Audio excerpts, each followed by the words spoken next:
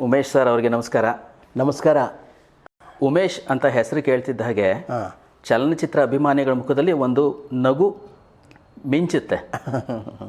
ವಾಮನ ಆಗಿರುವಂಥ ಉಮೇಶ್ ತ್ರಿವಿಕ್ರಮನಾಗಿ ಬೆಳೆದಿರೋದ್ರ ಹಿಂದೆ ಸಾಕಷ್ಟು ಕಷ್ಟಗಳಿರಬಹುದು, ಸಾಕಷ್ಟು ಪಾಡುಗಳು ಪಟ್ಟಿರಬಹುದು, ಆಟ ಹುಡುಗಾಟಗಳು ಎಲ್ಲ ಇರಬಹುದು. ಅದಕ್ಕೆಲ್ಲದಕ್ಕಿಂತ ಮುಂಚಿತವಾಗಿ ಈ ರಂಗಪ್ರವೇಶ ಹೇಗಾಯಿತು ಅನ್ನೋದನ್ನು ಸ್ವಲ್ಪ ಎಕ್ಸ್ಪ್ಲೈನ್ ಮಾಡ್ತೀರಾ ಸರ್? ನನ್ನ ರಂಗಭೂಮಿ ಅನುಭವ ಹೇಳೋಕ್ಕೆ ಮೊದಲು ನೀವೊಂದು ಮಾತು ಹೇಳಿದ್ರಿ, ಭಾಳ ತಪ್ಪು ಮಾತಾಡಿದ್ರಿ ನೀವು. ನನ್ನ ತ್ರಿವಿಕ್ರಮಂಗೆ ಹೋಲಿಸ್ಬಿಟ್ರಿ ನೀವು. ಅಲ್ಲ, ನಾನು ಸಾಕಷ್ಟು ಬೆಳೆಯೋದಕ್ಕೆ ಪ್ರಯತ್ನ ಪಟ್ಟೆ, ದೇಹದಲ್ಲೂ ಬೆಳೀಲಿಲ್ಲ, ನಮ್ಮ ಇದರಲ್ಲೂ ನಮ್ಮ ವೃತ್ತಿಯಲ್ಲೂ ನಾನು ಬೆಳೀಲಿಲ್ಲ. ಇನ್ನೂ ಹೆಚ್ಚು ಹೇಳಬೇಕು ಅಂದರೆ ಬುದ್ಧಿಲೂ ನಾನು ಬೆಳೀಲಿಲ್ಲ. ಅಭಿಮಾನಿಗಳ ಹೃದಯದಲ್ಲಿ ನೀವು ತ್ರಿವಿಕ್ರಮ ಸರ್. ಅದು ಅವರ ದೊಡ್ಡ ಗುಣ ಅದು. ಇನ್ನು ನನ್ನ ರಂಗಭೂಮಿ ಅನುಭವ ಹೇಳಬೇಕು ಅಂತಂದರೆ, ನಮ್ಮ ತಂದೆಯವರು ವೃತ್ತಿ ರಂಗಭೂಮಿ ಕಲಾವಿದರು. ವರದಾಚಾರ ಕಂಪ್ನಿ, ಚಾಮುಂಡೇಶ್ವರಿ ಕಂಪ್ನಿ, ಮತ್ತು ಗುಬ್ಬಿ ಕಂಪ್ನಿ, ಬ್ರಾಂಚ್ ಕಂಪ್ನಿ, ಅಣ್ಣಪ್ಪನವರ ಕಂಪ್ನಿ, ಸಾಕಷ್ಟು ನಾಟಕ ಸಂಸ್ಥೆಗಳಲ್ಲಿ ಇದ್ದವರು ಅವರು. ಓಕೆ. ಅವರು ಕಲಾವಿದರು. ಅವ್ರಿಗೆ 11 ಮಕ್ಕಳು. ಕ್ರಿಕೆಟ್ ಟೀಮಿಗೆ ಸರಿಯಾಗಿ 11 ಮಕ್ಕಳು. ಸರಿ. ಆಗ ಕುಟುಂಬ ಯೋಜನೆಯೂ ಇರಲಿಲ್ಲ, ಅದ್ರ ಬಗ್ಗೆ ಯೋಚನೆಯೂ ಇರಲಿಲ್ಲ.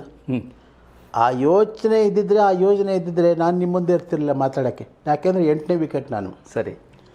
ನಮ್ಗೆ ಅನಿಸೋದು ಇಷ್ಟು ಮಕ್ಕಳು ಬೇಕಾಗಿತ್ತಾ ಅಂತ. ನಮ್ಮಪ್ಪನ ಒಂದು ಸರಿ ಯಾವೆಲ್ಲ ಸುಮ್ಮನೆ ಪ್ರಶ್ನೆ ಮಾಡಬಾರ್ದು ಕೇಳಿದೆ.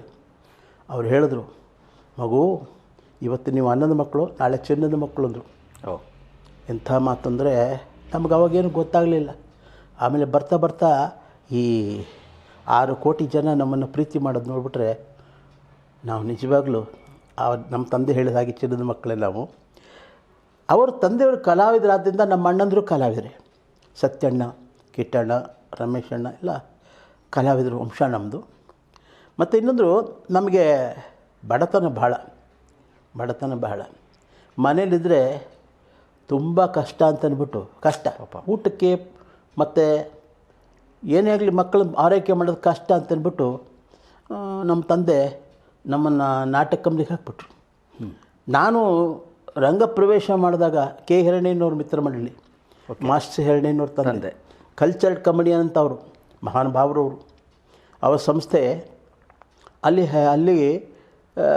ಅಂದರೆ ನನಗೆ ಅವ್ರ ಕಂಪ್ನಿಲಿದ್ದಾಗ ನಾನೊಬ್ಬ ಕಲಾವಿದ, ನಾನು ಇದು ಅಂತ ಇದು ಕಲಾವಿದನ ಮಗ ಅಂತ ನನಗೆ ಗೊತ್ತಿಲ್ಲ ನನಗೆ. ಯಾಕೆಂದರೆ 4 ವರ್ಷಕ್ಕೆ ಏನು ಗೊತ್ತಾಗುತ್ತೆ ಹೇಳಿ. ಹಿರಣ್ಣಯ್ಯನವ್ರ ಕಂಪ್ನಿಲಿ ಆನಾಕೃಷ್ಣ ಬರೆದ ಬಸವೇಶ್ವರ ನಾಟಕ, ಅದರಲ್ಲಿ ಒಂದು ಬಿಜ್ಜಳನ ಮಗನ ಪಾತ್ರ ಇತ್ತು. ಒಂದು 3-4 ಸೀನ್ ಇದ್ರೂ ಒಂದು ಹುಡುಗ ಬೇಕಾಯಿತು, ಬಾಲಕ. ಅಲ್ಲಿ ಬಾಲ ಕಲಾವಿದ ಅಂತಂದರೆ ನಮ್ಮ ತಂದೆ ಮಕ್ಕಳೇ ನಾವೆಲ್ಲ ಬಾಲ ಕಲಾವಿದರು. ಆದರೆ ಆ ವಯಸ್ಸಿಗೆ ಆ ಯುವರಾಜನ ತಕ್ಕಂಥ ವಯಸ್ಸು ಬೇಕಾಗಿತ್ತು. ಹಿರಣ್ಣಯ್ಯನವರು ನನಗೆ ಅಭ್ಯಾಸ ಮಾಡಿಸಿದ್ರು. ಮೊದಲನೇ ಪಾತ್ರ ಬಿಜ್ಜಳನ ಮಗನ ಪಾತ್ರ. ಮುರಾರಾಚಾರ್ ಅಂತ ದೊಡ್ಡ ಕಲಾವಿದರು, ಗಾನ ಕೋಕಿಲೆ ಅಂತ ಅವ್ರ ಹೆಸರು, ಕೋಕಿಲ ಕಂಠಾಭರಣ ಅಂತಲೂ ಹೆಸರು. ಓಕೆ. ಅವರು ಪಾತ್ರ ಮಾಡ್ತಿದ್ರು. ಅವ್ರ ಕಂಪ್ನಿಲಿ ಅಚ್ಯುತರ ಎಲ್ಲ ಇದ್ದರು, ಬಳ್ಳಾರಿ ಲಲಿತಮ್ಮನವರು, ದೊಡ್ಡ ಕಲಾವಿದರೆಲ್ಲ ಇದ್ದರು. ಅದರಲ್ಲಿ ನನಗೆ ಬಿಜ್ಜಳನ ಮಗನ ಪಾತ್ರ ಕೊಟ್ಟರು. ನನಗೆ ಮಾಡಿದೆ. ಅಂದರೆ ಗುರುಗಳು ಇದ್ದರು. ಗುರುಗಳು ಅಂತ ನಾವು ಹೇಳ್ತಿದ್ದು ಕೃಷ್ಣಶಾಸ್ತ್ರಿಗಳು, ಅವರು ಹಾರ್ಮೋನಿ ಮಾಸ್ಟರ್. ಅವರು ನಿಜ ಮಕ್ಕಳನ್ನ ಹೇಗೆ ಅಟ್ರಾಕ್ಟ್ ಮಾಡ್ತಿದ್ರು ಅಂದರೆ, ಅವ್ರ ಜೇಬಲ್ಲಿ ಯಾವಾಗಲೂ ಒಂದು ಕಲ್ಲು ಸಕ್ಕರೆ ಇರೋದು. ತಗೋ ಅಂದ್ಬಿಟ್ಟು ನಮ್ಮನ್ನೆಲ್ಲ ಕೂರಿಸ್ಬಿಟ್ಟು ಸಕ್ಕರೆ ಅಂದ್ಬಿಟ್ಟು, ನಾನು ಹೇಳ್ಕೊಟ್ಟಾಗ ಹೇಳ್ತೀಯಾ ಅಂತ ಹೇಳ್ಬಿಟ್ಟು ಸಂಭಾಷಣೆ ಅವರು ಹಿರಣ್ಣಯ್ಯನವ್ರು ಹೇಳ್ಕೊಟ್ರು. ವಚನ ಇದೆಯಲ್ಲ, ಅದು ನೀವು ಹೇಳ್ಕೊಟ್ರು. ಓಕೆ.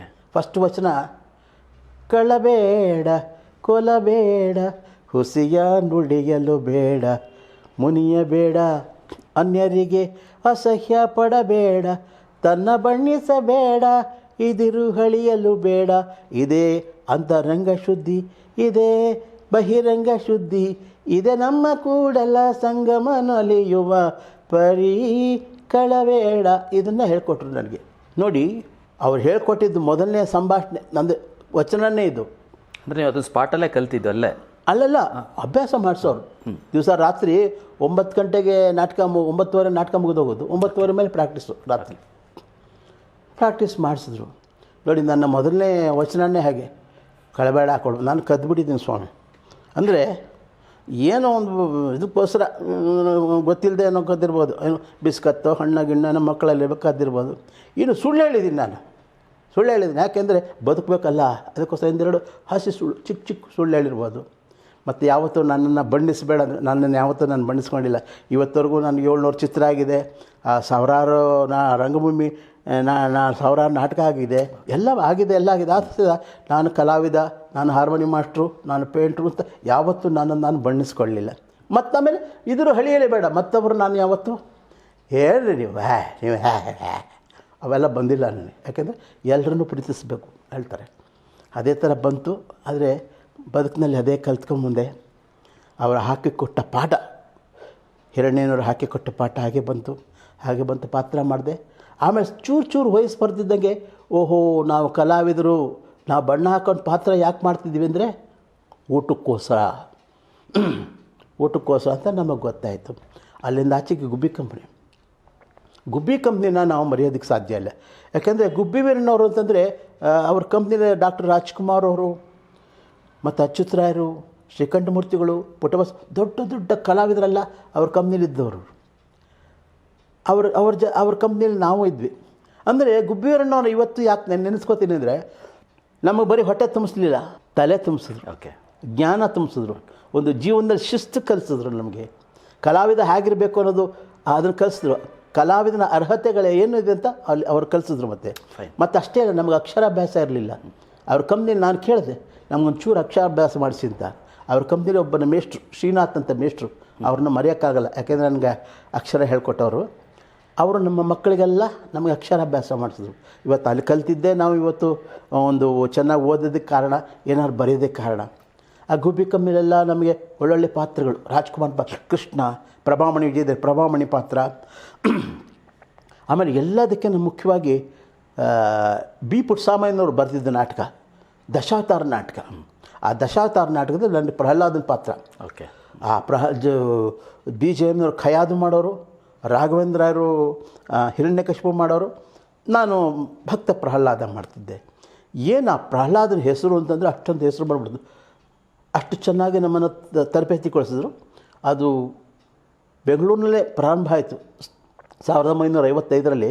ಏನು ಆ ನಾಟಕ ನೋಡೋಕ್ಕೆ ಅಷ್ಟೊಂದು ಜನ, ಸಮುದ್ರದಾಗ ಬರೋರು ಜನ ಪ್ರೇಕ್ಷಕರು.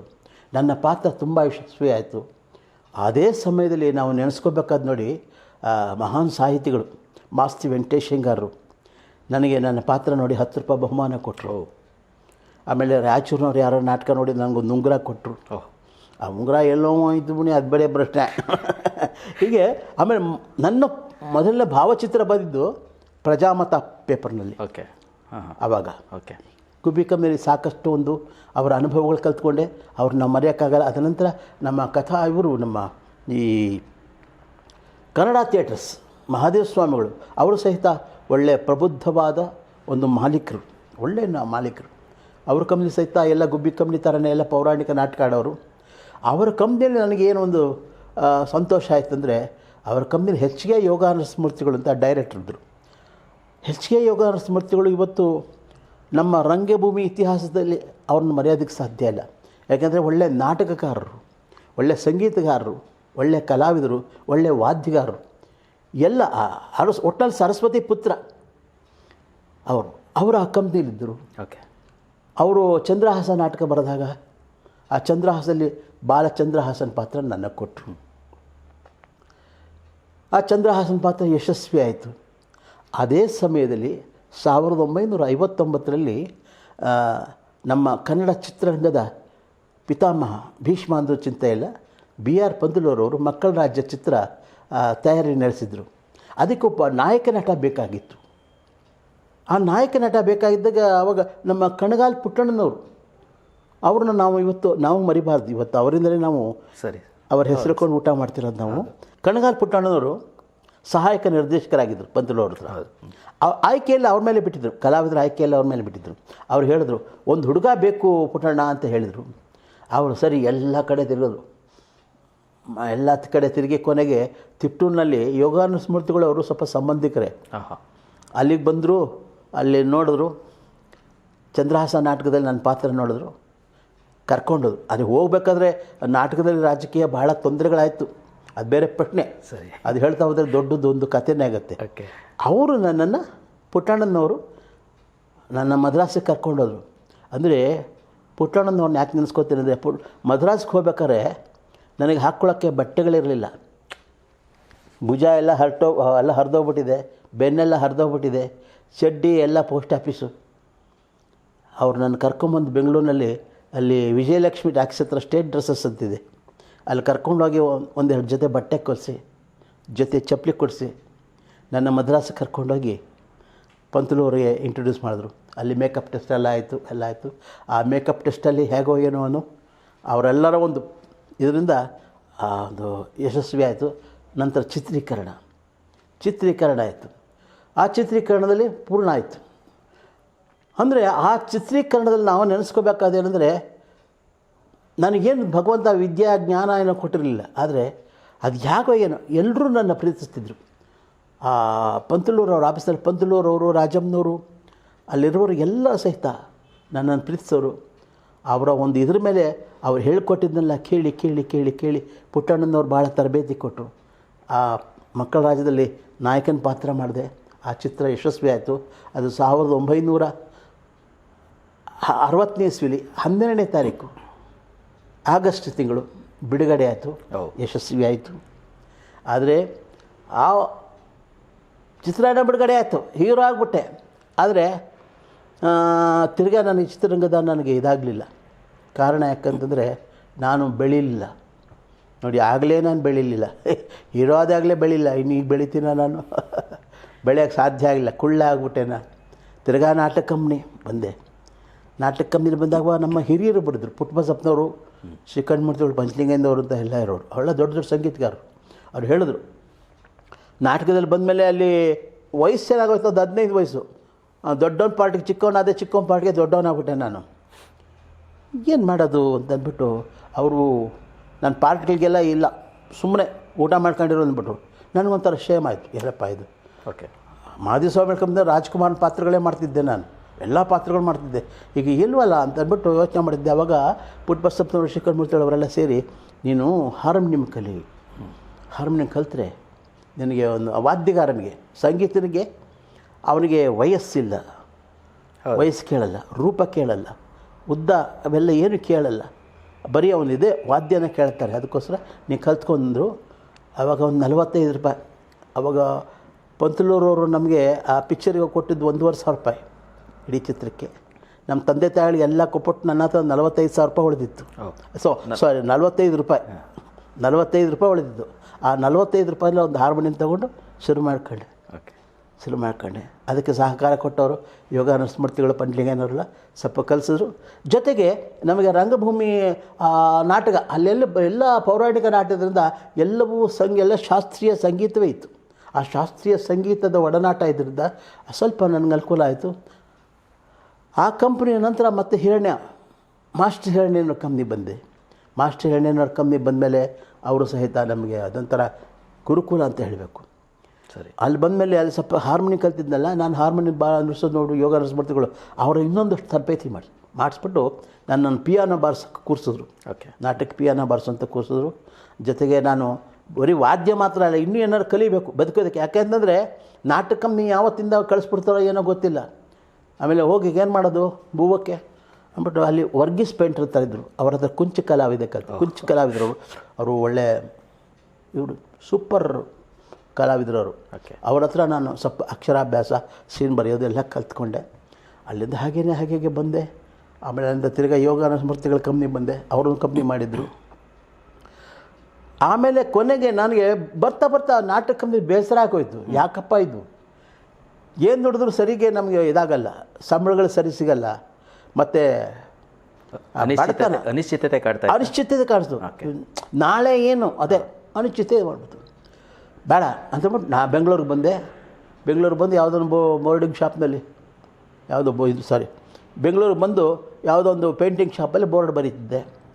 ಆದರೆ ನೋಡಿ, ಅದು ಬಣ್ಣ ಇದೆಯಲ್ಲ, ಅದು ಮಠದ ಊಟ ಕಂಡವನು, ಬಣ್ಣದ ರುಚಿ ಕಂಡವನು ಯಾವತ್ತೂ ಅದನ್ನು ಮರೆಯೋಕ್ಕೆ ಸಾಧ್ಯ ಇಲ್ಲ. ಮತ್ತು ನಾನು ತಿರ್ಗ ನನಗೂ ಒಗ್ಲಿಲ್ಲ ಅದು ಆ ಪೇಂಟಿಂಗು. ನನಗೆ ಬೇಡಪ್ಪ, ಏನು ಒಬ್ಬನೇ ಕೂತ್ಕೊ, ಬೋರ್ಡು ನಾನು ಬ್ರೆಸ್ಟು ಅದು ಎಲ್ಲ ಸುತ್ತು ಜನಗಳೆಲ್ಲ ನಾಟಕ ಕಂಪ್ನಿಲಿದ್ದಾಗ ಎಲ್ಲರೂ ಸಹ ನಗ್ತಾ ಮಾತಾಡ್ತಿದ್ವಿ, ಆಡ್ತಾಯಿದ್ವಿ, ಪಾತ್ರ ಮಾಡ್ತಾಯಿದ್ವಿ, ಜನಗಳೆಲ್ಲ ಬಾ ಅಂತಿದ್ರು. ಇದೇನೋ ಒಬ್ಬನೇ ಅವಳು ಪಿಶಾಚಿ ಥರ ಅಂದ್ಬಿಟ್ಟು ಬೇಸರ ಆಗೋಯ್ತು. ಆಮೇಲೆ ಅಲ್ಲಿಂದ ಮತ್ತು ಶ್ರೀಕಂಠ ಮೂರ್ತಿಗಳು ನನ್ನ ಕರೆ ಕಳಿಸಿದ್ರು. ಅವರೇ ಶ್ರೀಕಂಠ ಮೂರ್ತಿಗಳು ಅವರೇ ಸ್ವಂತ ಕಂಪ್ನಿ ಮಾಡಿದ್ರು. ನನಗೆ ಹಾರ್ಮೋನಿಯ ಅನುಭವ ಇತ್ತಲ್ಲ, ಅವರು ನನ್ನನ್ನು ನೇರವಾಗಿ ಹಾರ್ಮೋನಿ ಮಾಸ್ಟ್ರಾಗಿ ಮಾಡಿದ್ರು. ನಾನು ಓಕೆ, ಅವರು ಸ್ವಲ್ಪ ತಯಾರಿ ಮಾಡಿದ್ರು. ಮತ್ತು ಸ್ವಲ್ಪ ಯೋಗಾನಂದ ಮೂರ್ತಿಗಳು ಎಲ್ಲರೂ ತಯಾರಿ ಮಾಡಿದ್ರು. ನನಗೆ ಹೆಜ್ಜೆಗಳಿಗೂ ಗುರುಗಳಿದ್ದರು ನನಗೆ. ಹಾಗಾಗಿ ಆ ರಂಗಭೂಮಿಯಲ್ಲಿ ಎಷ್ಟೋ ವರ್ಷ ನಾನು ಪಾತ್ರ ಬಿಟ್ಬಿಟ್ಟೆ. ಹಾರ್ಮೋನಿ ಮಾಸ್ಟರ್ ಆಗಿದ್ದೆ, ಆ ಕಂಪ್ನಿಲೂ ಇದ್ದೆ. ಆ ಸಮಯದಲ್ಲಿ ಸುಮಾರು 1970 ಇಸ್ವಿ ಅಲ್ಲಿ ನನ್ನ ಬಾಲ್ಯ ಗೆಳತಿ ಸುಧಾ ಅಂತ ಸಿಗಿದ್ಲು. ಸುಧಾ ಅವಳು ನಾನು ನಮ್ಮ ಬಾಲ್ಯದಲ್ಲೇ ಗುಬ್ಬಿ ಕಂಪ್ನಿಲಿದ್ವಿ. ಅವಳು ಕಲಾವಿದೆ. ಬೆಳೆದ ಮೇಲೆ ಎಷ್ಟೋ ವರ್ಷ ಆದಮೇಲೆ ಬೆಳೆದ್ಮೇಲೆ ಅವಳೊಂದು ಕಂಪ್ನಿಲಿದ್ದು ನಾನೊಂದು ಕಂಪ್ನಿ ಇದ್ದು ತಿರ್ಗಿ ಪರಿಚಯ ಆಯಿತು. ಹಾಗೆ ಏನು ಅಂದರೆ ನಾವೇನು ಜಾತಕ ನೋಡಲಿಲ್ಲ, ಏನು ಮಾಡಲಿಲ್ಲ. ನೀನು ಹೂಂತೀಯ, ನಾನು ಹೂಂತೀವಿ, ಆಯಿತು. ಯಾವ ಶಾಸ್ತ್ರ ಬಾಲ್ಗಾಗಿಲ್ಲ, ಯಾವುದಿಲ್ಲ. ಇಬ್ಬರು ಮದುವೆ ಆದ್ವಿ. ಮದುವೆ ಆಗಿ ಇವಾಗ ಒಂದು ಹೆಚ್ಚು ಕಡಿಮೆ 50 ವರ್ಷ ಆಯಿತು. ನೆಮ್ಮದಿ ಆಗಿದ್ದೀವಿ ನಾವು. ಆಮೇಲೆ ತಿರ್ಗಾ ನಾಟಕ ಕಂಪ್ನಿಲಿ ಬದುಕಕ್ಕೆ ಸಾಧ್ಯ ಇಲ್ಲ. ಹೊಟ್ಟೆ ತುಂಬಿಸೋಕ್ಕಲ್ಲ, ಅಷ್ಟೊಂದು ಮಕ್ಕಳೆಲ್ಲ ಮರಿ ಆಯಿತು. ಮಕ್ಕಳಿಗೆ ಹಾಲು ಎಲ್ಲ ತಂದು ಕೊಡಬೇಕು, ನಮಗೆ ಹೊಟ್ಟೆ ತುಂಬಿಸ್ಬೇಕು. ಹಾಗಾಗಿ ನಾಟಕ ಕಂಪ್ನಿ ಬಿಟ್ಟು ಬೆಂಗಳೂರಿನಲ್ಲಿ ಹೇಗಾರು ಬದುಕೋಣ, ಯಾರು ಅಮಿಚೂರ್ ನಾಟಕ ಕಂಪ್ನಿಗೆ ಹಾರ್ಮೋನಿ ಬಾರಿಸೋಣ, ಸಿಕ್ಕಿದಾಗ ಬೋರ್ಡ್ ಬರೆಯೋಣ, ಏನು ಪಾತ್ರ ಮಾಡೋಣ, ಏನಾದ್ರು ಮಾಡೋಣ, ಒಟ್ಟಲ್ಲಿ ಬೇಡ ನಾಟಕ ಕಂಪ್ನಿ ಅಂತಂದ್ಬಿಟ್ಟು ಬಂದೆ. ಅದೇ ಸಮಯಕ್ಕೆ ಸರಿಯಾಗಿ ಪುಟ್ಟಣ್ಣನವ್ರ ಕಥಾ ಸಂಗಮ ಚಿತ್ರ ತೆಗೀತಿದ್ರು. ಸ್ವಲ್ಪ ಪೋರ್ಷನಲ್ಲಾಗಿತ್ತು. ಆ ಮುನಿತಾಯಿ ಪಾತ್ರಕ್ಕೆ ಒಂದು ಹುಡುಗ ಬೇಕಾಯಿತು. ಅವ್ರಿಗೆ ನೆನಪಾಗಿತ್ತಂದರೆ ಅಷ್ಟೊತ್ತಿಗಾಗಲೇ ಮಕ್ಕಳ ರಾಜ್ಯಕ್ಕೂ ಕಥಾ ಸಂಗಮಕ್ಕೂ 16 ವರ್ಷ ಗ್ಯಾಪ್ ಆಗಿತ್ತು. ಆದರೂ ಅವರು ನಾನು ಮರೆತಿರಲಿಲ್ಲ. ಮಧ್ಯೆ ಯಾವಾಗಲೂ ಭೇಟಿಯಾಗಿರ್ತಿದ್ವಿ. ಅವರು ನಾನು ತಿರ್ಗಾ ಕರೆಸ್ಕೊಂಡು ತಿಮ್ಮರಾಯ ಪಾತ್ರ ಕೊಟ್ಟರು. ರಜನಿಕಾಂತ್ ಅವರು ನಾನು ಇಬ್ಬರು ಮಾಡಿದ್ವಿ. ಅವರು ರಜನಿಕಾಂತ್ ಅವರು ಅದರಲ್ಲಿ ಈಗ ಸೂಪರ್ ಸ್ಟಾರ್ ಆದರು. ನಾವು ಒಂಥರ ರೆಬ್ಬರ್ ಸ್ಟಾರ್ ಆಗಿಬಿಟ್ವಿ. ರಜನಿಕಾಂತ್ ಅವ್ರದ್ದು ಮೊದಲನೇ ಫಿಲಮ್ ಅಲ್ವಾ? ಮೊದಲನೇ ಫಿಲಮ್ ಕನ್ನಡದಲ್ಲಿ ರಿಲೀಸ್ ಆಗಿತ್ತು. ಹೌದು, ಅವರು ಸೂಪರ್ ಸ್ಟಾರ್ ಆದರು. ಮತ್ತು ಆ ಚಿತ್ರ ಬಿಡುಗಡೆ ಆದಮೇಲೆ ನನಗೆ ಒಳ್ಳೆಯ ಹೆಸರು ಬಂತು. ಮತ್ತು 1975-76ನೇ ಸಾಲಿನಲ್ಲಿ ನನಗೆ ಶ್ರೇಷ್ಠ ಪೋಷಕ ನಟ ಅಂತ ನನಗೆ ರಾಜ್ಯ ಸರ್ಕಾರದಿಂದ ಒಂದು ಪ್ರಶಸ್ತಿ ಬಂತು. ಸರ್, ಕನ್ನಡ ಚಿತ್ರರಂಗದ ಋಷಿ ಸದೃಶ ವ್ಯಕ್ತಿ ಅಂತಂದರೆ BR ಪಂತ್ಲು ಅಂತ ಹೇಳ್ತಾರೆ. ಹೌದು. At the same time Kannada ಚಿತ್ರರಂಗದ ಪ್ರಾತಸ್ಮರಣೀಯ ವ್ಯಕ್ತಿ ಪುಟ್ಟಣ್ಣ ಕಣಗಾಲ್ ಅಂತ ಹೇಳ್ತಾರೆ. ಖಂಡಿತ ಅವರಿಬ್ಬರು ಕಣ್ಣಿಗೆ ಬಿದ್ದಂಥ ಕಲಾವಿದ ನೀವು. ಹೌದು. ಅವರು ಮಕ್ಕಳ ರಾಜ್ಯದಲ್ಲಿ ನಿಮಗೆ ಅವಕಾಶ ಕಲ್ಪಿಸಾದ್ಮೇಲೆ ಮತ್ತೆ ಇಲ್ಲಿ ನೆಲೆ ಕಂಡುಕೊಳ್ಳೋಕೆ 16 ವರ್ಷ, ಬರೋಬ್ಬರಿ 16 ವರ್ಷ ತನಕ ಕಾಯಬೇಕಾಯ್ತು. ಅಂದರೆ ಕಥಾ ಸಂಗಮದಲ್ಲಿ ಪುಟ್ಟಣ್ಣ ಅವ್ರ ಚಿತ್ರದಲ್ಲಿ ಕಾಣಿಸ್ಕೊಳ್ಳೋದಕ್ಕೆ. ಅಂದರೆ ಮತ್ತೆ ಒನ್ಸ್ ಅಗೇನ್ ಪುಟ್ಟಣ್ಣ ಕಣಗಾಲ್ ಅವರೇ ನಿಮ್ಮ ಇದಕ್ಕೆ ಬರಬೇಕಾಗಿ ಬಂತ? ಅದ್ರ ಹಿಂದೆ ಏನು ದುರಂತ, ಯಾಕೆ ಆ ಥರ ಆಯಿತು? ಯಾಕೆ ಅಂತಂದರೆ ನಾನು ಹೆಚ್ಚಿಗೆ ಪ್ರಯತ್ನ ಪಡಲಿಲ್ಲ. ಅವಾಗೆಲ್ಲ ಚಿತ್ರರಂಗ ಎಲ್ಲ ಮದ್ರಾಸ್ನಲ್ಲೇ ಇತ್ತು, ಚೆನ್ನೈನಲ್ಲಿ. ನಾವು ಅಲ್ಲಿಗೆ ಹೋಗಿ ಬರೋದಕ್ಕೆ ಸಾಧ್ಯ ಇಲ್ಲ. ಯಾಕೆಂದರೆ ನಾನು ದುಡಿದು ನಮ್ಮ ತಂದೆ ತಾಯಿಗಳಿಗೂ ಕಳಿಸಿ ನನ್ನ ಒಂದು ಹೆಂಡತಿ ಮಕ್ಕಳನ್ನ ಸಾಕಬೇಕಾಗಿತ್ತು. ಬರೋದೆಷ್ಟು ₹100, ₹115 ಬರ್ತಿತ್ತು. ಅದರಲ್ಲಿ ಏನು ಮಾಡೋದು? ಅದಕ್ಕೋಸ್ಕರ ಆ ಪ್ರಯತ್ನ ಮಾಡೋಕ್ಕಾಗಲಿಲ್ಲ ಸದ್ಯಕ್ಕೆ. ಇಲ್ಲಿ ಬಿಟ್ಟು ಹೋಗ್ಬಿಟ್ರೆ ನಾಳೆ ಏನು ಅಂತ ಅಲ್ಲೂ ಪರಿಸ್ಥಿತಿ ಇತ್ತು. ಹಾಗಾಗಿ ನಾನು ಮುಂದೆ ಚಿತ್ರರಂಗಕ್ಕೆ ಹೋಗೋದಕ್ಕೆ ಪ್ರಯತ್ನ ಪಡಲಿಲ್ಲ. ಆದರೂ ಆಸೆ ಇತ್ತು ಮತ್ತೆ ಚಿತ್ರರಂಗದಲ್ಲಿ ನಾನು ಪ್ರವೇಶ ಮಾಡಬೇಕು ಅಂತ. ಬೆಂಗಳೂರಿನಲ್ಲಿ ಹೀಗೆ ನಾಟಕ ಗಿಟ್ಕ ಮಾಡಿಕೊಂಡು ಹಾರ್ಮೋನಿ ಬಾರಿಸ್ಕೊಂಡು ಹಳ್ಳಿಗಳಿಗೆ ಹೋಗಿ ನಾಟಕ ಗಿಟ್ಕ ಎಲ್ಲ ಕಲಿಸ್ಕೊಂಡು ನಾಟಕ ಕಲಿಸಿದ್ದೀನಿ ನಾನು. ಹಳ್ಳಿಗಳಲ್ಲಿ ರಾಜ ವಿಕ್ರಮ, ಸಿನಿಮಾ, ಪೌರಾಣಿಕ ನಾಟಕ ಎಲ್ಲ ಕಲಿಸಿದ್ದೀನಿ ನಾನು. ಹಾಗೆ ಕಲಿಸ್ಕೊಂಡು ಬೆಂಗಳೂರಲ್ಲೇ ಇದ್ದೆ ನಾನು. ಇದ್ದಕ್ಕಿದ್ದಾಗೆ ಕಣಗಾಲ್ ಪುಟ್ಟಣ್ಣವರು ಅಷ್ಟೊತ್ತಿಗೆ ದೊಡ್ಡ ಡೈರೆಕ್ಟರ್ ಆಗಿದ್ದರು. ಅವರು ನೋಡಿ, ಅವರದು ಎಂತೂ ದೊಡ್ಡ ಗುಣ ಅಂತಂದರೆ, ಅವರು ನನ್ನನ್ನು ಕಂಡು 16 ವರ್ಷ ಆಗಿತ್ತು ನಮ್ಮ ಸಂಪರ್ಕ. ಅಂದರೆ ಮಧ್ಯದಲ್ಲಿ ಯಾವಾಗಲಾದರೂ ಭೇಟಿ ಆಗ್ತಿದ್ದೆ. ಆದರೆ ಅಷ್ಟು ಬೆಳೆದ್ರೂ ಸಹಿತ ನಮ್ಮ ನೆನಪಿರುತ್ತೋ ಇಲ್ವೋ ಅಂತ ನನಗೊಂದು ಅನುಮಾನ. ಆದರೂ ಅವರು ಮನಸ್ಸಿನಲ್ಲಿ ಒಬ್ಬ ಉಮೇಶ ಇದ್ದ. ಆ ಕಥಾ ಸಂಗಮ ಚಿತ್ರದಲ್ಲಿ ಒಂದು ಪಾತ್ರ ಬೇಕಾಗಿತ್ತು, ಮುನಿತಾಯಿ ಚಿತ್ರ. ಆ ಚಿತ್ರಕ್ಕೆ ಒಂದು ತಿಮ್ಮರಾಯಿ ಪಾತ್ರ. ಆ ತಿಮ್ಮರಾಯದಲ್ಲಿ ನನಗೆ ಒಂದು ಅವರೇ ಆಯ್ಕೆ ಮಾಡಿದ್ರು. ಇವನು ಕೇಳೇ ಮಾಡಿಸ್ಬೇಕು, ಬಡ್ಡಿ ಮಗ ಇವನೇ ಚೆನ್ನಾಗಿ ಮಾಡ್ತಾನೆ ಅಂತ ಅವರು ಕರೆಸಿದ್ರು, ಅವಕಾಶ ಕೊಟ್ಟರು. ಆ ಚಿತ್ರದಲ್ಲಿ ನನಗೆ ಒಳ್ಳೆ ಯಶಸ್ಸು ಸಿಕ್ತು. ಅಷ್ಟೇ ಅಲ್ಲ, ಅದರಲ್ಲಿ ಪ್ರಶಸ್ತಿನೂ ಸಿಕ್ತು. 1975-76ನೇ ಸಾಲಿನ ಒಂದು ರಾಜ್ಯ ಪ್ರಶಸ್ತಿ ಸಮಾರಂಭದಲ್ಲಿ ನನಗೆ ಉತ್ತಮ ಪೋಷಕ ನಟ ಅಂತ ಪ್ರಶಸ್ತಿನೂ ಸಿಕ್ತು. ಅಲ್ಲಿಂದ ಆಚೆ ಹೀಗೆ ಸಿನಿಮಾ ಕಂಪ್ನಿ ಬಂದೆ. ಎಲ್ಲ ಚಿತ್ರಗಳು ಆದಮೇಲೆ ಆಗ್ತಿದ್ದ ಹಾಗೆ ರಾಜ್ಕುಮಾರ್ ಅವರು ಸಂಪರ್ಕ ಆಯಿತು. ರಾಜ್ಕುಮಾರ್ ಅವರು ನಮಗೆ ಹಳೆ ಪರಿಚಯ ಆಯಿತು. ಯಾಕೆಂದರೆ ರಂಗಭೂಮಿಯಲ್ಲಿ ಅವರಿದ್ದಾಗಲೂ ನಾನು ಇದ್ದೆ. ಅವರು ಒಂದು ನಮ್ಮ ಒಂದು ಏನಪ್ಪ ಅಂದರೆ ರಾಜ್ಕುಮಾರ್ ಅವರು ಸಂತೋಷ ಪಡೋದಂದರೆ ಅವರ ದೊಡ್ಡ ಗುಣ ಅಂದರೆ ಆ ವ್ಯಕ್ತಿತ್ವ ಹ್ಯಾಗೆ ಕಾಪಾಡ್ಕೊಂಬಂದರು ಅನ್ನೋದಕ್ಕೆ ಒಂದು ಉದಾಹರಣೆ. ಅವರು ನಾಟಕ ಕಂಪ್ನಿಯಲ್ಲಿ ₹100 ಸಂಬಳ ತೊಗೊಂಡಾಗ ಹೇಗೆ ಒಂದು ಅದೇ ನಗು, ಅದೇ ಮಾತು, ಅದೇ ಸ್ವಭಾವ, ಅದೇ ಪಂಚೆ, ಅದೇ ಶರ್ಟು ಇರ್ತಿದ್ರು, ಹೇಗಿರ್ತಿದ್ರು ಹಾಗೆ ನೂರಾರು ಕೋಟಿ ಒಡೆಯರಾಗಿ ಕೋಟ್ಯಾಂತರ ಅಭಿಮಾನಿಗಳಿದ್ದರೂ ಸಹಿತ ಅವರು ಅದೇ ಒಂದು ಸಹಜತೆ, ಅದೇ ಒಂದು ಸೌಮ್ಯ, ಅದೇ ರೀತಿಯೇ ಇದ್ದರು. ಅದು ದೊಡ್ಡ ಗುಣ. ಅವರ ಚಿತ್ರದಲ್ಲಿ ನನಗೆ ಒಂದು ಅವಕಾಶ ಬಂತು. ಹಾವಿನ ಹೆಡೆ ಪಾತ್ರ ಕೊಟ್ಟರು ನನಗೆ. ನೀವು ನೋಡಿದ್ರೆ ಪಿಕ್ ಪಾಕೆಟ್ ಅದರಲ್ಲಿ ಮ್ಯಾನ್ಡ್ರೆಸಿಂಗ್ ಮಾಡ್ಕೊಂಡ್ಬಿಟ್ಟಿದ್ದೆ ನಾನು. ರಾಣಿ ಚಕ್ರಬೀಕಿ ಅಂತ. ಹೌದು ಹೌದು, ಅದು ತುಂಬ ಆ ಕಾಲಕ್ಕೆ ಭಾರಿ ಪಾಪ್ಯುಲರ್ ಆಯಿತು. ಅದೇನು ನೋಡಿ, ನಾನು ಸಿನಿಮಾದಲ್ಲಿ ಹೇಳ್ಬಿಟ್ನಾ, ಈ ಕಾಲೇಜಿನಲ್ಲಿ ಹುಡುಗರು ಕೇಳ್ಬಿಟ್ರೆ ರಾಣಿ ಚಕ್ರಬೀಕಿ ಅನ್ನೋರು, ಯೂಡ್ಲಿಂಗ್ ಥರ. ಆ ಕಾಲೇಜ್ ಹುಡುಗಿಯವರು ನನ್ನ ಬೈಯೋರು, ಈ ನನ್ನ ಮಗ ಉಮೇಶ ಸಿನಿಮಾದಲ್ಲಿ ಹೇಳ್ಬಿಟ್ಟ, ಇವರೆಲ್ಲ ನಮಗೆ ತೊಂದರೆ ಕೊಡ್ತಾರಲ್ಲಪ್ಪ ಅಂತ. ಅದೊಂಥರ ಭಾಳ ಚೆನ್ನಾಗಾಯಿತು. ಅದರಿಂದ ಆಚೆಗೆ ಅನೇಕ ಚಿತ್ರಗಳಲ್ಲಿ, ರಾಜ್ಕುಮಾರ್ ಅವ್ರ ಚಿತ್ರಗಳಲ್ಲಿ ಪಾತ್ರ ಮಾಡಿದೆ. ಅದನ್ನು ಮರೆಯೋದಕ್ಕಾಗಲ್ಲ. ಶ್ರುತಿ ಸೇರಿದಾಗ ಸಹಿತ ಒಂದು ಒಳ್ಳೆಯ ಪಾತ್ರ ಕೊಟ್ಟರು. ನಿಮಗೆಲ್ಲ ಗೊತ್ತು, ಬೊಂಬೆ ಆಟವಯ್ಯ. ರಾಜ್ಕುಮಾರ್ ಅವರು ನಿಮಗೆ ಕಂಠದಾನ ಮಾಡುವಂಥ ಪಾತ್ರ. ಅದು ನಮ್ಮ ಸೌಭಾಗ್ಯ ಅಲ್ವೇ? ನನಗೆ ಗೊತ್ತಿರಲಿಲ್ಲ ಆ ಪಾತ್ರ.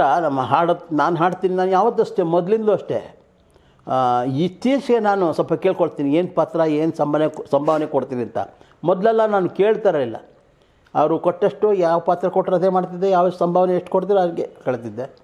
ಹಾಗೆ ಅವ್ರ ಕಂಪ್ನಿಲಿ ನಾನು ಏನು ಪಾತ್ರ ಅಂತಲೂ ಕೇಳಿರಲಿಲ್ಲ, ಏನು ಸಂಭಾವನೆ ಅಂತ ನಾನು ಕೇಳಿರಲಿಲ್ಲ. ಯಾಕೆಂದರೆ ಅದು ಅಲ್ಲ, ಅವ್ರು ಕೊಡ್ತಾರೆ ಅಂತ ಗೊತ್ತು. ಈ ಪಾತ್ರ ನನಗೆ ಗೊತ್ತಿರಲಿಲ್ಲ. ಇಲ್ಲಿ ಪ್ರಸಾದ್ ಸ್ಟುಡಿಯೋದಲ್ಲಿ ಆ ಬೊಂಬೆ ಆಟವಯ್ಯ ಶೂಟಿಂಗ್ ಬಂದಾಗ ಹೇಳಿದ್ರು, ನಮ್ಮ ಡೈರೆಕ್ಟರ್ ದತ್ತು, ನಮ್ಮ ಉದಯಶಂಕರ್ ರಾಜ್, ಒಳ್ಳೆ ಮನುಷ್ಯರು ಪಾಪ. ಅವ್ರು ಹೇಳಿದ್ರು, ಇಲ್ಲಿ ನೀವು ಹಾಡ್ತಾ ಇರ್ತೀರಿ, ನಮ್ಮ ಅಣ್ಣ ವಾಯ್ಸ್ ಕೊಡ್ತಿರ್ತಾರೆ ಇಲ್ಲಿ. ವರದಣ್ಣ ಅದಕ್ಕೆ ನನಗೆ ಸಪೋರ್ಟ್ ಮಾಡಿದ್ರು. ವರದಣ್ಣ ನನ್ನ ಪಾತ್ರ ಹೇಗಿರಬೇಕು, ಯಾಕೆಂದರೆ ನನ್ನ ಪಾತ್ರ ಡಾಕ್ಟರ್ ರಾಜ್ಕುಮಾರ್ ಅವರ ಅಸಿಸ್ಟೆಂಟ್ ಪಾತ್ರ. ಅದರಲ್ಲಿ ಇಲ್ಲಿ ಮನೆ ಅಳಿಯ ಅಂತಲೇ ತಿಳ್ಕೊಂಬಿಟ್ಟಿರ್ತಾರೆ. ಇಲ್ಲಿ ದೊಡ್ಡ ಹಾಡುಗಾರಿಕೆ ಹಾಡ್ತಾನೆ ಅಂತ ಹೇಳಿಬಿಟ್ಟಿರ್ತಾರೆ. ಇಲ್ಲಿ ಅವ್ರ ಮುಂದೆ ನಾನು ಹಾಡುಗಾರಿಕೆ ತೋರಿಸ್ಕೋಬೇಕು. ಅದು ಡಬಲ್ ಟೋನಲ್ಲಿ. ಮತ್ತು ಅಕಸ್ಮಾತ್ ನಾನು ಬೇಡ ಅಂತ ಅಂದ್ಬಿಟ್ರೆ ನನ್ನ ಕೆಲಸದಿಂದ ತೆಗೆದುಬಿಟ್ರೆ ಕಷ್ಟ ಅಂತ ಅವ್ರು ಹೇಳಿರ್ತಾರೆ. ಸರಿ, ಆ ಒಂದು ಮನಸ್ಸಿನಲ್ಲಿ ಕಸಿಬಿಸಿ, ಆ ಒಂದು ಇದು ವ್ಯಾಕುಲ, ಅದೆಲ್ಲ ಒಂದು ಹೇಳಿದ್ರು. ನೀವು ಈ ಥರ ಮನಸ್ಸಿನಲ್ಲಿ ಇರುತ್ತೆ ನಿಮಗೆ ಅಂತ ವರದಣ್ಣವರೆಲ್ಲ ಹೇಳಿದ್ಮೇಲೆ ಆ ಬೊಂಬೆ ಆಟವಯ್ಯ ಹಾಡಿನಲ್ಲಿ ಅವ್ರು ಹೇಳಿದ ರೀತಿ. ಯಾಕೆಂದರೆ ಯಾವತ್ತೇ ಆಗಲಿ ನಾನು ಮಾಡಿದೆ ಅಂತ ಹೇಳೋದು ಭಾಳ ತಪ್ಪು. ಯಾವ ಕಲಾವಿದನೇ ಆಗಲಿ ನಿರ್ದೇಶಕ ಹೇಳಿದ್ರೇ ಅವನು. ಆ ನಿರ್ದೇಶಕ ನಮ್ಮ ಇಲ್ಲಿ ತನಕ ನಾನು ಹೇಳೋದಷ್ಟೇ. ಓಕೆ, ನಾನು ಇಷ್ಟೊಂದು 700 ಚಿತ್ರದಲ್ಲಿ ಪಾತ್ರ ಮಾಡಿಬಿಟ್ಟಿದ್ದೀನಿ ಅಂತಂದರೆ ನನ್ನದು ಅಹಂಕಾರ ಆಗುತ್ತೆ. ಇಲ್ಲ, ಮಾಡಿಸಿದ್ದಾರೆ ಅವರು. ಆ ನಿರ್ದೇಶಕರು ಅವ್ರಿಗೆ ಹೇಗೆ ಬೇಕೋ ಹಾಗೆ ಪಾತ್ರ ಮಾಡಿಸಿದ್ದಾರೆ. ಅವ್ರು ಮಾಡಿಸಿದ್ರಿಂದ ತಾನೇ ಆ ಪಾತ್ರ ಯಶಸ್ವಿಯಾಗಕ್ಕೆ ಸಾಧ್ಯ ಅಲ್ವೇ? ಹಾಗೆ ಆ ವರದಣ್ಣವರು, ಡೈರೆಕ್ಟ್ರು ರಾಜ್ಕುಮಾರ್ ಅವರು ಅವರೆಲ್ಲ ಸಪೋರ್ಟ್ ಮಾಡಿದ್ರಿಂದ ಆ ಹಾಡಿನ ಜೊತೆ ಆ ಚಿತ್ರ ನನ್ನ ಅಭಿನಯ ಯಶಸ್ವಿ ಆಯಿತು. ಸರ್, ಇದ್ರ ಮಧ್ಯದಲ್ಲಿ ಒಂದು ನೋವಿನಿಂದ ಕೂಡಿದಂತಹ ಒಂದು ಪ್ರಶ್ನೆ ಕಾಡುತ್ತೆ. ಹೇಳಿ. ಉಮೇಶ್ ಅವರು ಪ್ರಶಸ್ತಿ ವಿಜೇತರು, ರಾಜ್ಕುಮಾರ್ ಅವರಂಥ ಮಹಾನ್ ಕಲಾವಿದರ ಜೊತೆ ತೆರೆ ಹಂಚಿಕೊಂಡವರು. ಇಷ್ಟಾದರೂ ಸಹಿತ ಒಂದು ಟಿಕೆಟ್ಲೆಸ್ ಟ್ರಾವೆಲ್ಲು ಮತ್ತು ಟಿಕೆಟ್ಲೆಸ್ ಅಭಿಮಾನ ಎರಡು ಒಟ್ಟೊಟ್ಟಿಗೆ ಅನುಭವ ಆಗುತ್ತಾರೆ. ಇದು ಹೇಗಾಯಿತು, ಏನು ಇದಕ್ಕೆ ಹಿನ್ನೆಲೆ ಏನು ಅಂತ? ಟಿಕೆಟ್ಲೆಸ್ ಟ್ರಾವೆಲ್ ನಿಮಗೂ ಗೊತ್ತಾಗ್ಬಿಡುತ್ತೆ. ಯಾರೋ ಹೇಳಿದ್ದಾರೆ ನೋಡಿ ಸರ್, ಇದು ಸುದ್ದಿಗಳ ಕಾಲ ಅಲ್ಲ, ಗಾಳಿ ಸುದ್ದಿಗಳ ಕಾಲ. ನೋಡಿ, ಒಂದು ಸತಿ ನಾನು ಸಿನಿಮಾದಲ್ಲಿ ಪಾತ್ರ ಮಾಡ್ತಿದ್ದೆ. ಮಧ್ಯದಲ್ಲಿ ಆಗಾಗ್ಗೆ ಉತ್ತರ ಕರ್ನಾಟಕದಲ್ಲಿ ಎಲ್ಲ ನಾಟಕ ಕಂಪ್ನಿಯವರು ನನ್ನ ಕರೆಸೋರು. ಕೊಂಡು ತಂದ ಗಂಡ ನಾಟಕದಲ್ಲಿ ನನ್ನನ್ನು ಪಾತ್ರ ಮಾಡಿಸಿದ್ರು. ನಂದು ಆ ಪಾತ್ರ ಬಹಳ ಯಶಸ್ವಿ ಆಗ್ತಿತ್ತು. ನಾನು ಯಾವುದೇ ಕಂಪ್ನಿಯವ್ರು ಕರೆಸಿದ್ರು ಆ ನಾಟಕ ತುಂಬ ಯಶಸ್ವಿ ಆಗ್ತಿತ್ತು. ಅವ್ರಿಗೊಂದು ಕಲೆಕ್ಷನ್ ಆಗೋದು, ನಮಗೊಂಥರ ಸಿನಿಮಾ ಹೆಸರು ಮತ್ತು ಊಟಕ್ಕೆ ಅವೆಲ್ಲ ನಾಟಕ ಕಂಪ್ನಿ ದುಡ್ಡು ಬರೋದು. ಹಾಗಾಗಿ ಎಲ್ಲ ಹೀಗೆ ಎಲ್ಲ ಕಂಪ್ನಿಯವ್ರು ಕರಿತಿದ್ರು. ಹಾಗೆ ಇನ್ನೊಂದು ಸರಿ ಈ ಮೈಸೂರು ಹತ್ರ ಯಾವುದೋ ಒಂದು ಊರು, ಒಂದು ಹಳ್ಳಿ, ಅಲ್ಲಿಗೆ ನನ್ನ ಯಾರೋ ಒಬ್ಬರು ನಾಟಕ ಬೇಕು ಅಂತಂದ್ಬಿಟ್ಟು ಸ್ವಲ್ಪ ಅಡ್ವಾನ್ಸ್ ಕೊಟ್ಬಿಟ್ಟು, ಅವಾಗೆಲ್ಲ ನಾಟಕಕ್ಕೆ ಎಷ್ಟು ದಮ್ ಕೊಡ್ತಿದ್ರು, ಒಂದು ದಿವಸಕ್ಕೆ 1,000 ರೂಪಾಯಿ 500 ರೂಪಾಯಿ ಕೊಡೋರು. ದುಡ್ಡು ಕೊಟ್ಬಿಟ್ಟು ಎಲ್ಲೋ ಒಂದು ಚೂರು ಅಡ್ವಾನ್ಸ್ ಕೊಟ್ಬಿಟ್ಟು ಹೋದರು. ನಾನೇ ಮೈಸೂರಿಗೆ ಹೋಗಿ ಅಲ್ಲಿಂದ ಯಾವುದೋ ಒಂದು ಬಸ್ ಹತ್ತಿ ಹಳ್ಳಿಗೆ ಸೇರಿದೆ. ನೋಡಿದ್ರೆ ಅಲ್ಲಿ ಬಂದು ನೋಡಿದ್ರೆ ಅಲ್ಲಿ ಯಾರೂ ಇಲ್ಲ. ಅಲ್ಲಿ ನನ್ನ ಹತ್ರ ಜೇಬ್ನಲ್ಲಿ ಇದ್ದಿದ್ದೆ ಇನ್ನು 50 ರೂಪಾಯಿ. ಆಮೇಲೆ ಅಲ್ಲಿ ಯಾರೋ ನೋಡಿದೆ ಯಾವುದೋ ಒಂದು ಹೋಟ್ಲಲ್ಲಿ 50 ರೂಪಾಯಿ ಕೊಟ್ಬಿಟ್ಟು ಉಳ್ಕೋಬೇಕಲ್ಲ, ಅಲ್ಲಿ ಉಳ್ಕೊಂಡು 50 ರೂಪಾಯಿ ಕೊಟ್ಬಿಟ್ಟು. ಆಮೇಲೆ ಇನ್ನು ಜೇಬ್ನಲ್ಲಿ ಏನು ದುಡ್ಡೇ ಇಲ್ಲ. ಅಷ್ಟೊತ್ತಿಗೆ ಬಂದರು, ನಮ್ಮ ನಾಟಕ ಆಡಿಸೋರು ಬಂದು ಅವ್ರು ಯಾರು ಜೊತೆಗೆ ಬಂದರು. ಬರೀ ಕ್ಷಮಿಸಿ ಸಾರ್ ಈ ಥರ ನಮಗೇನೋ ಅಂತಂದು ಏನೋ ಕಾರಣ ಹೇಳಿದ್ರು, ಕರ್ಕೊಂಡು ಹೋದರು. ಸರಿ, ಏನು ಉಮೇಶ ಬರ್ತಾನೆ ಅಂದ್ಬಿಟ್ಟು ಎಲ್ಲ ಚೆನ್ನಾಗಿ ಪ್ರಚಾರ ಮಾಡಿಬಿಟ್ಟಿದ್ರು ಹಳ್ಳೀಲಿ. ಎಲ್ಲ ಕಲೆಕ್ಷನ್ ಎಲ್ಲ ಆಗಬೇಕು, ಚೆನ್ನಾಗಾಗಬೇಕು. ಸಂಜೆಗೆ ಶುರುವಾಯಿತು ನೋಡಿ ಮಳೆ ಗಾಳಿ ಎಲ್ಲ ಶುರುವಾಯಿತು ನೋಡಿ. ಕಟ್ಸಿದ ಥಿಯೇಟ್ರ್ ಬಿದ್ದೋಯ್ತು, ಕರೆಂಟು ಹೊಟ್ಟೋಯ್ತು. ರಾತ್ರಿ ನಾನು ಗೊತ್ತಾಯಿತು ನಾಟಕ ಇಲ್ಲ ಅಂದ್ಬಿಟ್ಟು ನನಗೆ ಎಲ್ಲಿ ಇಳಿಸಿದ್ರು ಅಲ್ಲೇ ಇಳ್ಕೊಂಡಿದ್ದೆ ನಾನು. ರಾತ್ರಿ 10 ಗಂಟೆ ಆಯ್ತು, ಯಾರೂ ಬರಲಿಲ್ಲ ನನ್ನ ನೋಡೋಕ್ಕೆ. 12 ಗಂಟೆ ಆಯ್ತು, ಬರಲಿಲ್ಲ. ಹೊಟ್ಟೆಲ್ಲೂ ಏನಿಲ್ಲ. ಸರಿ, ಆಮೇಲೆ ನಾನು ಹುಡ್ಕೊಂಡು ಹೊರಟೆ. ಅವತ್ತು ಚುಟ್ಟು ಮಳೆ ಬರ್ತಿತ್ತು. ಹುಡ್ಕೊಂಡು ಹೊರಟೆ. ಅವ್ರಿರೋ ಜಾಗ ಗೊತ್ತಾಯಿತು. ಬಂದೆ. ಬನ್ನಿಣ್ಣ ನಾನೇ ಬರಬೇಕು ಅಂತಿದ್ದೆ, ಆದರೆ ನಿಮ್ಗೆ ಹೇಗೆ ಮುಖ ತೋರಿಸ್ಬೇಕು ಅಂತ ನನಗೆ ಅನ್ನಿಸ್ಲಿಲ್ಲ. ಇರಲಿ ಬಿಡಿ, ಈಗ ಮುಖ ತೋರಿಸ್ಬಿಟ್ಟಿದ್ದೀವಲ್ಲ, ಈ ಸಿಂಗಲ್ ಫೇಸ್ನ ನೋಡಿ ಸಂತೋಷ ಪಡಿದ್ದೆ. ಏನು ಸಂತೋಷ ಪಡೋಣ, ಈ ಥರ ಆಗೋಯ್ತು, ಏನು ಮಾಡಬೇಕು. ನಾನಂದೆ, ನೋಡಪ್ಪ ಗೊತ್ತಾಯ್ತು, ಪರಿಸ್ಥಿತಿ ಎಲ್ಲ ಗೊತ್ತಾಯಿತು, ನೀನೇನು ನನ್ನ ಸಂಭಾವನೆ ಏನು ಕೊಡಬೇಡ, ನಾನು ಬೆಂಗಳೂರು ತಲುಪೋದಕ್ಕೆ ಒಂದಷ್ಟು ಚಾರ್ಜ್ ಕೊಟ್ಬಿಡಪ್ಪ ಅಂತಂದೆ. ಆಯ್ತಣ್ಣ ಬನ್ನಿ ಅಂತಂದ್ಬಿಟ್ಟು ಆ ಬಸ್ ಸ್ಟ್ಯಾಂಡ್ ಹತ್ರ ಕರ್ಕೊಂಬಂದ. ರೋಡ ಪಕ್ಕದಲ್ಲೇ ಅದು ಬಸ್ ಸ್ಟಾಪ್. ಕರ್ಕೊಂಬಂದ. ಹೊಟ್ಟೆಗೆ ಏನೂ ಇರಲಿಲ್ಲ. ಅಣ್ಣ 1 ನಿಮಿಷ ಇಲ್ಲಿರಿ ಬರ್ತೀನಿ ಅಂತಂದು. ಅವನ ಹತ್ರ ದುಡ್ಡಿಲ್ಲ, ಎಲ್ಲೋ ಹೋದ. ಸರಿ, ಅಲ್ಲಿ ಒಂದು ರೋಡ್ ಪಕ್ಕದಲ್ಲೇ ಇದಿರುತ್ತಲ್ಲ ಹೋಟ್ಲು, ಅವರು ಬನ್ನಿ ಉಮೇಶಣ್ಣ ಚಿತ್ರಾನ್ನ ತಿನ್ನಿ, ಬಿಸಿ ಅಂತಂದ್ರು. ನಾನು ದುಡ್ಡಿಲ್ಲ, ಯಾಕೆ ತಿನ್ನೋದು, ಇಲ್ಲಿ ತಿನ್ನಿಣ ಅಂತ ನಾನು ತಿಂದೆ. ಅವನು ಕೊಡೋಕ್ಕೆ ದುಡ್ಡಿಲ್ಲ. ಅದು ದುಡ್ಡು ಬಂದಮೇಲೆ, ದುಡ್ಡೇನು ಬೇಡಿ, ನಿಮ್ಮ ಅಭಿಮಾನಿ ನಾನು, ತಗೊಳ್ಳಿ ತಿನ್ನಿ ಅಂತಂದ. ಆಮೇಲೆ ಅವ್ನು ಓಡ್ಬಂದು ಸಾರಿ ಕಣೋಣ ಅಂತಂದ್ಬಿಟ್ಟು 100 ರೂಪಾಯಿ ಕೈ ಕೊಟ್ಟ. 100 ರೂಪಾಯಿ ಕೈ ಕೊಟ್ಟು, ಸದ್ಯ ಬೆಂಗಳೂರು ಹೇಗಾರು ತಲುಪೋದು ಅಂದ್ಬಿಟ್ಟು ಜೋಬಲ್ಲಿ ಹಾಕ್ಕೊಂಡೆ. ಆಮೇಲೆ ಅಲ್ಲಿಂದ ಲಾರಿಗೆ ಮೈಸೂರು ತಲುಪಬೇಕಾದ್ರೆ ಒಂದು ಲಾರಿ, ಬಸ್ ಇಲ್ಲ. ಓಕೆ. ಆ ಲಾರಿಯವನು ನೋಡಿ, ಬನ್ನಿ ಸರ್ ನಾನು ಲಾರಿಲಿ ಕರ್ಕೊಂಡು ಹೋಗ್ತೀನಿ, ನಾನು ನಿಮ್ಮ ಅಭಿಮಾನಿ ನಾನು ಅಂತಂದ್ಬಿಟ್ಟು ಅವ್ನು ಲಾರಿಲಿ ಕರ್ಕೊಂಡೋದ. ಎಲ್ಲಿ ಬಿಟ್ಟ? ಪ್ರೀಮಿಯರ್ ಸ್ಟುಡಿಯೋ ಹತ್ರ ಬಿಟ್ಟ. ನಾನು ಆ ಕಡೆ ಫ್ಯಾಕ್ಟ್ರಿಗೆ ಹೋಗ್ಬೇಕು, ನೀವು ಇಲ್ಲೇ ಹೇಳ್ಕೊಂಡು ಆಟೋದಲ್ಲಿ ಹೋಗ್ಬಿಡಿ ಅಂತ. ಅಲ್ಲಿಗೆ ಮೈಸೂರಿಂದ ಮಡ್ರಾಸ್ ಸ್ವಲ್ಪ ಬಸ್ ಬರ್ತಿತ್ತು, ಅದರಲ್ಲಿ ಕೂತ್ಕೊಂಡೆ. ಬೆಳಗ್ಗೆ 5:05 ಹೋಗಿ ಕೂತ್ಕೊಂಡೆ. ಸರಿ, ನಿದ್ದೆ ಬಂತು. ಶ್ರೀರಂಗಪಟ್ಟಣ ಬರ್ತಿದ್ದಾಗೆ ಟಿಕೆಟ್ ಕೊಡುಂಗ ಅಂತ ತಮಿಳ್ ಬಸ್ ಅದು, ತಮಿಳ್ನಾಡು. ಓಕೆ. ಟಿಕೆಟ್ ಕೊಡುಂಗ 100 ರೂಪಾಯಿ ತೆಗೆದುಕೊಟ್ಟೆ. ಎರಂಗದ ಸ್ವಾಮಿ ಅಂತಂದ. ಏನೇ ಎರಂಗದು, ಇನ್ನೂ ಏರಬೇಕು ಅಂತ ನಾವು ಏನು ಮಾಡ್ತೀವಿ, ಎರಂಗ್ ಬಂತಿದ್ದಾನಲ್ಲ ಅಂತ ಅಂದ್ಬಿಟ್ಟು, ಯಾಕೆ ಅಂತಂದೆ. ಆ 100 ರೂಪಾಯಿ ತೋರಿಸ್ಬಿಟ್ಟು, ಇದು ಹೋಗೋದು ಸರ್, ಇದೇನೇ ಸರ್ಕಾರದ ಹಣ ಹೋಗೋದಿಲ್ಲ ಅಂದ್ಬಿಟ್ಟು ನೋಡಿದ್ರೆ 1/2 5 ರೂಪಾಯಿ ನೋಟ್ ಅಂಟಿಸಿದರೆ, ಇನ್ನೊಂದು ಅರ್ಧ 100 ರೂಪಾಯಿ ಇದೆ.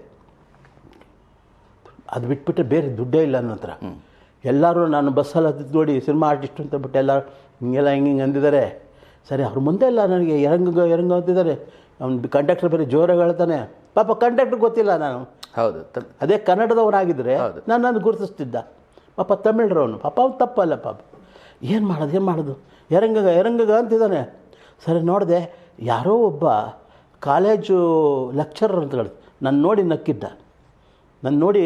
ಬಸ್ ಹತ್ಬೇಕಾದ್ರೆ ನಕ್ಕಿದ್ದ. ಇವನೇ ನಮಗೆ ಅನಾಥೋ ದೈವರಕ್ಷಕ ಅಂತ ಅವನ ಹತ್ರ ಹೋದೆ.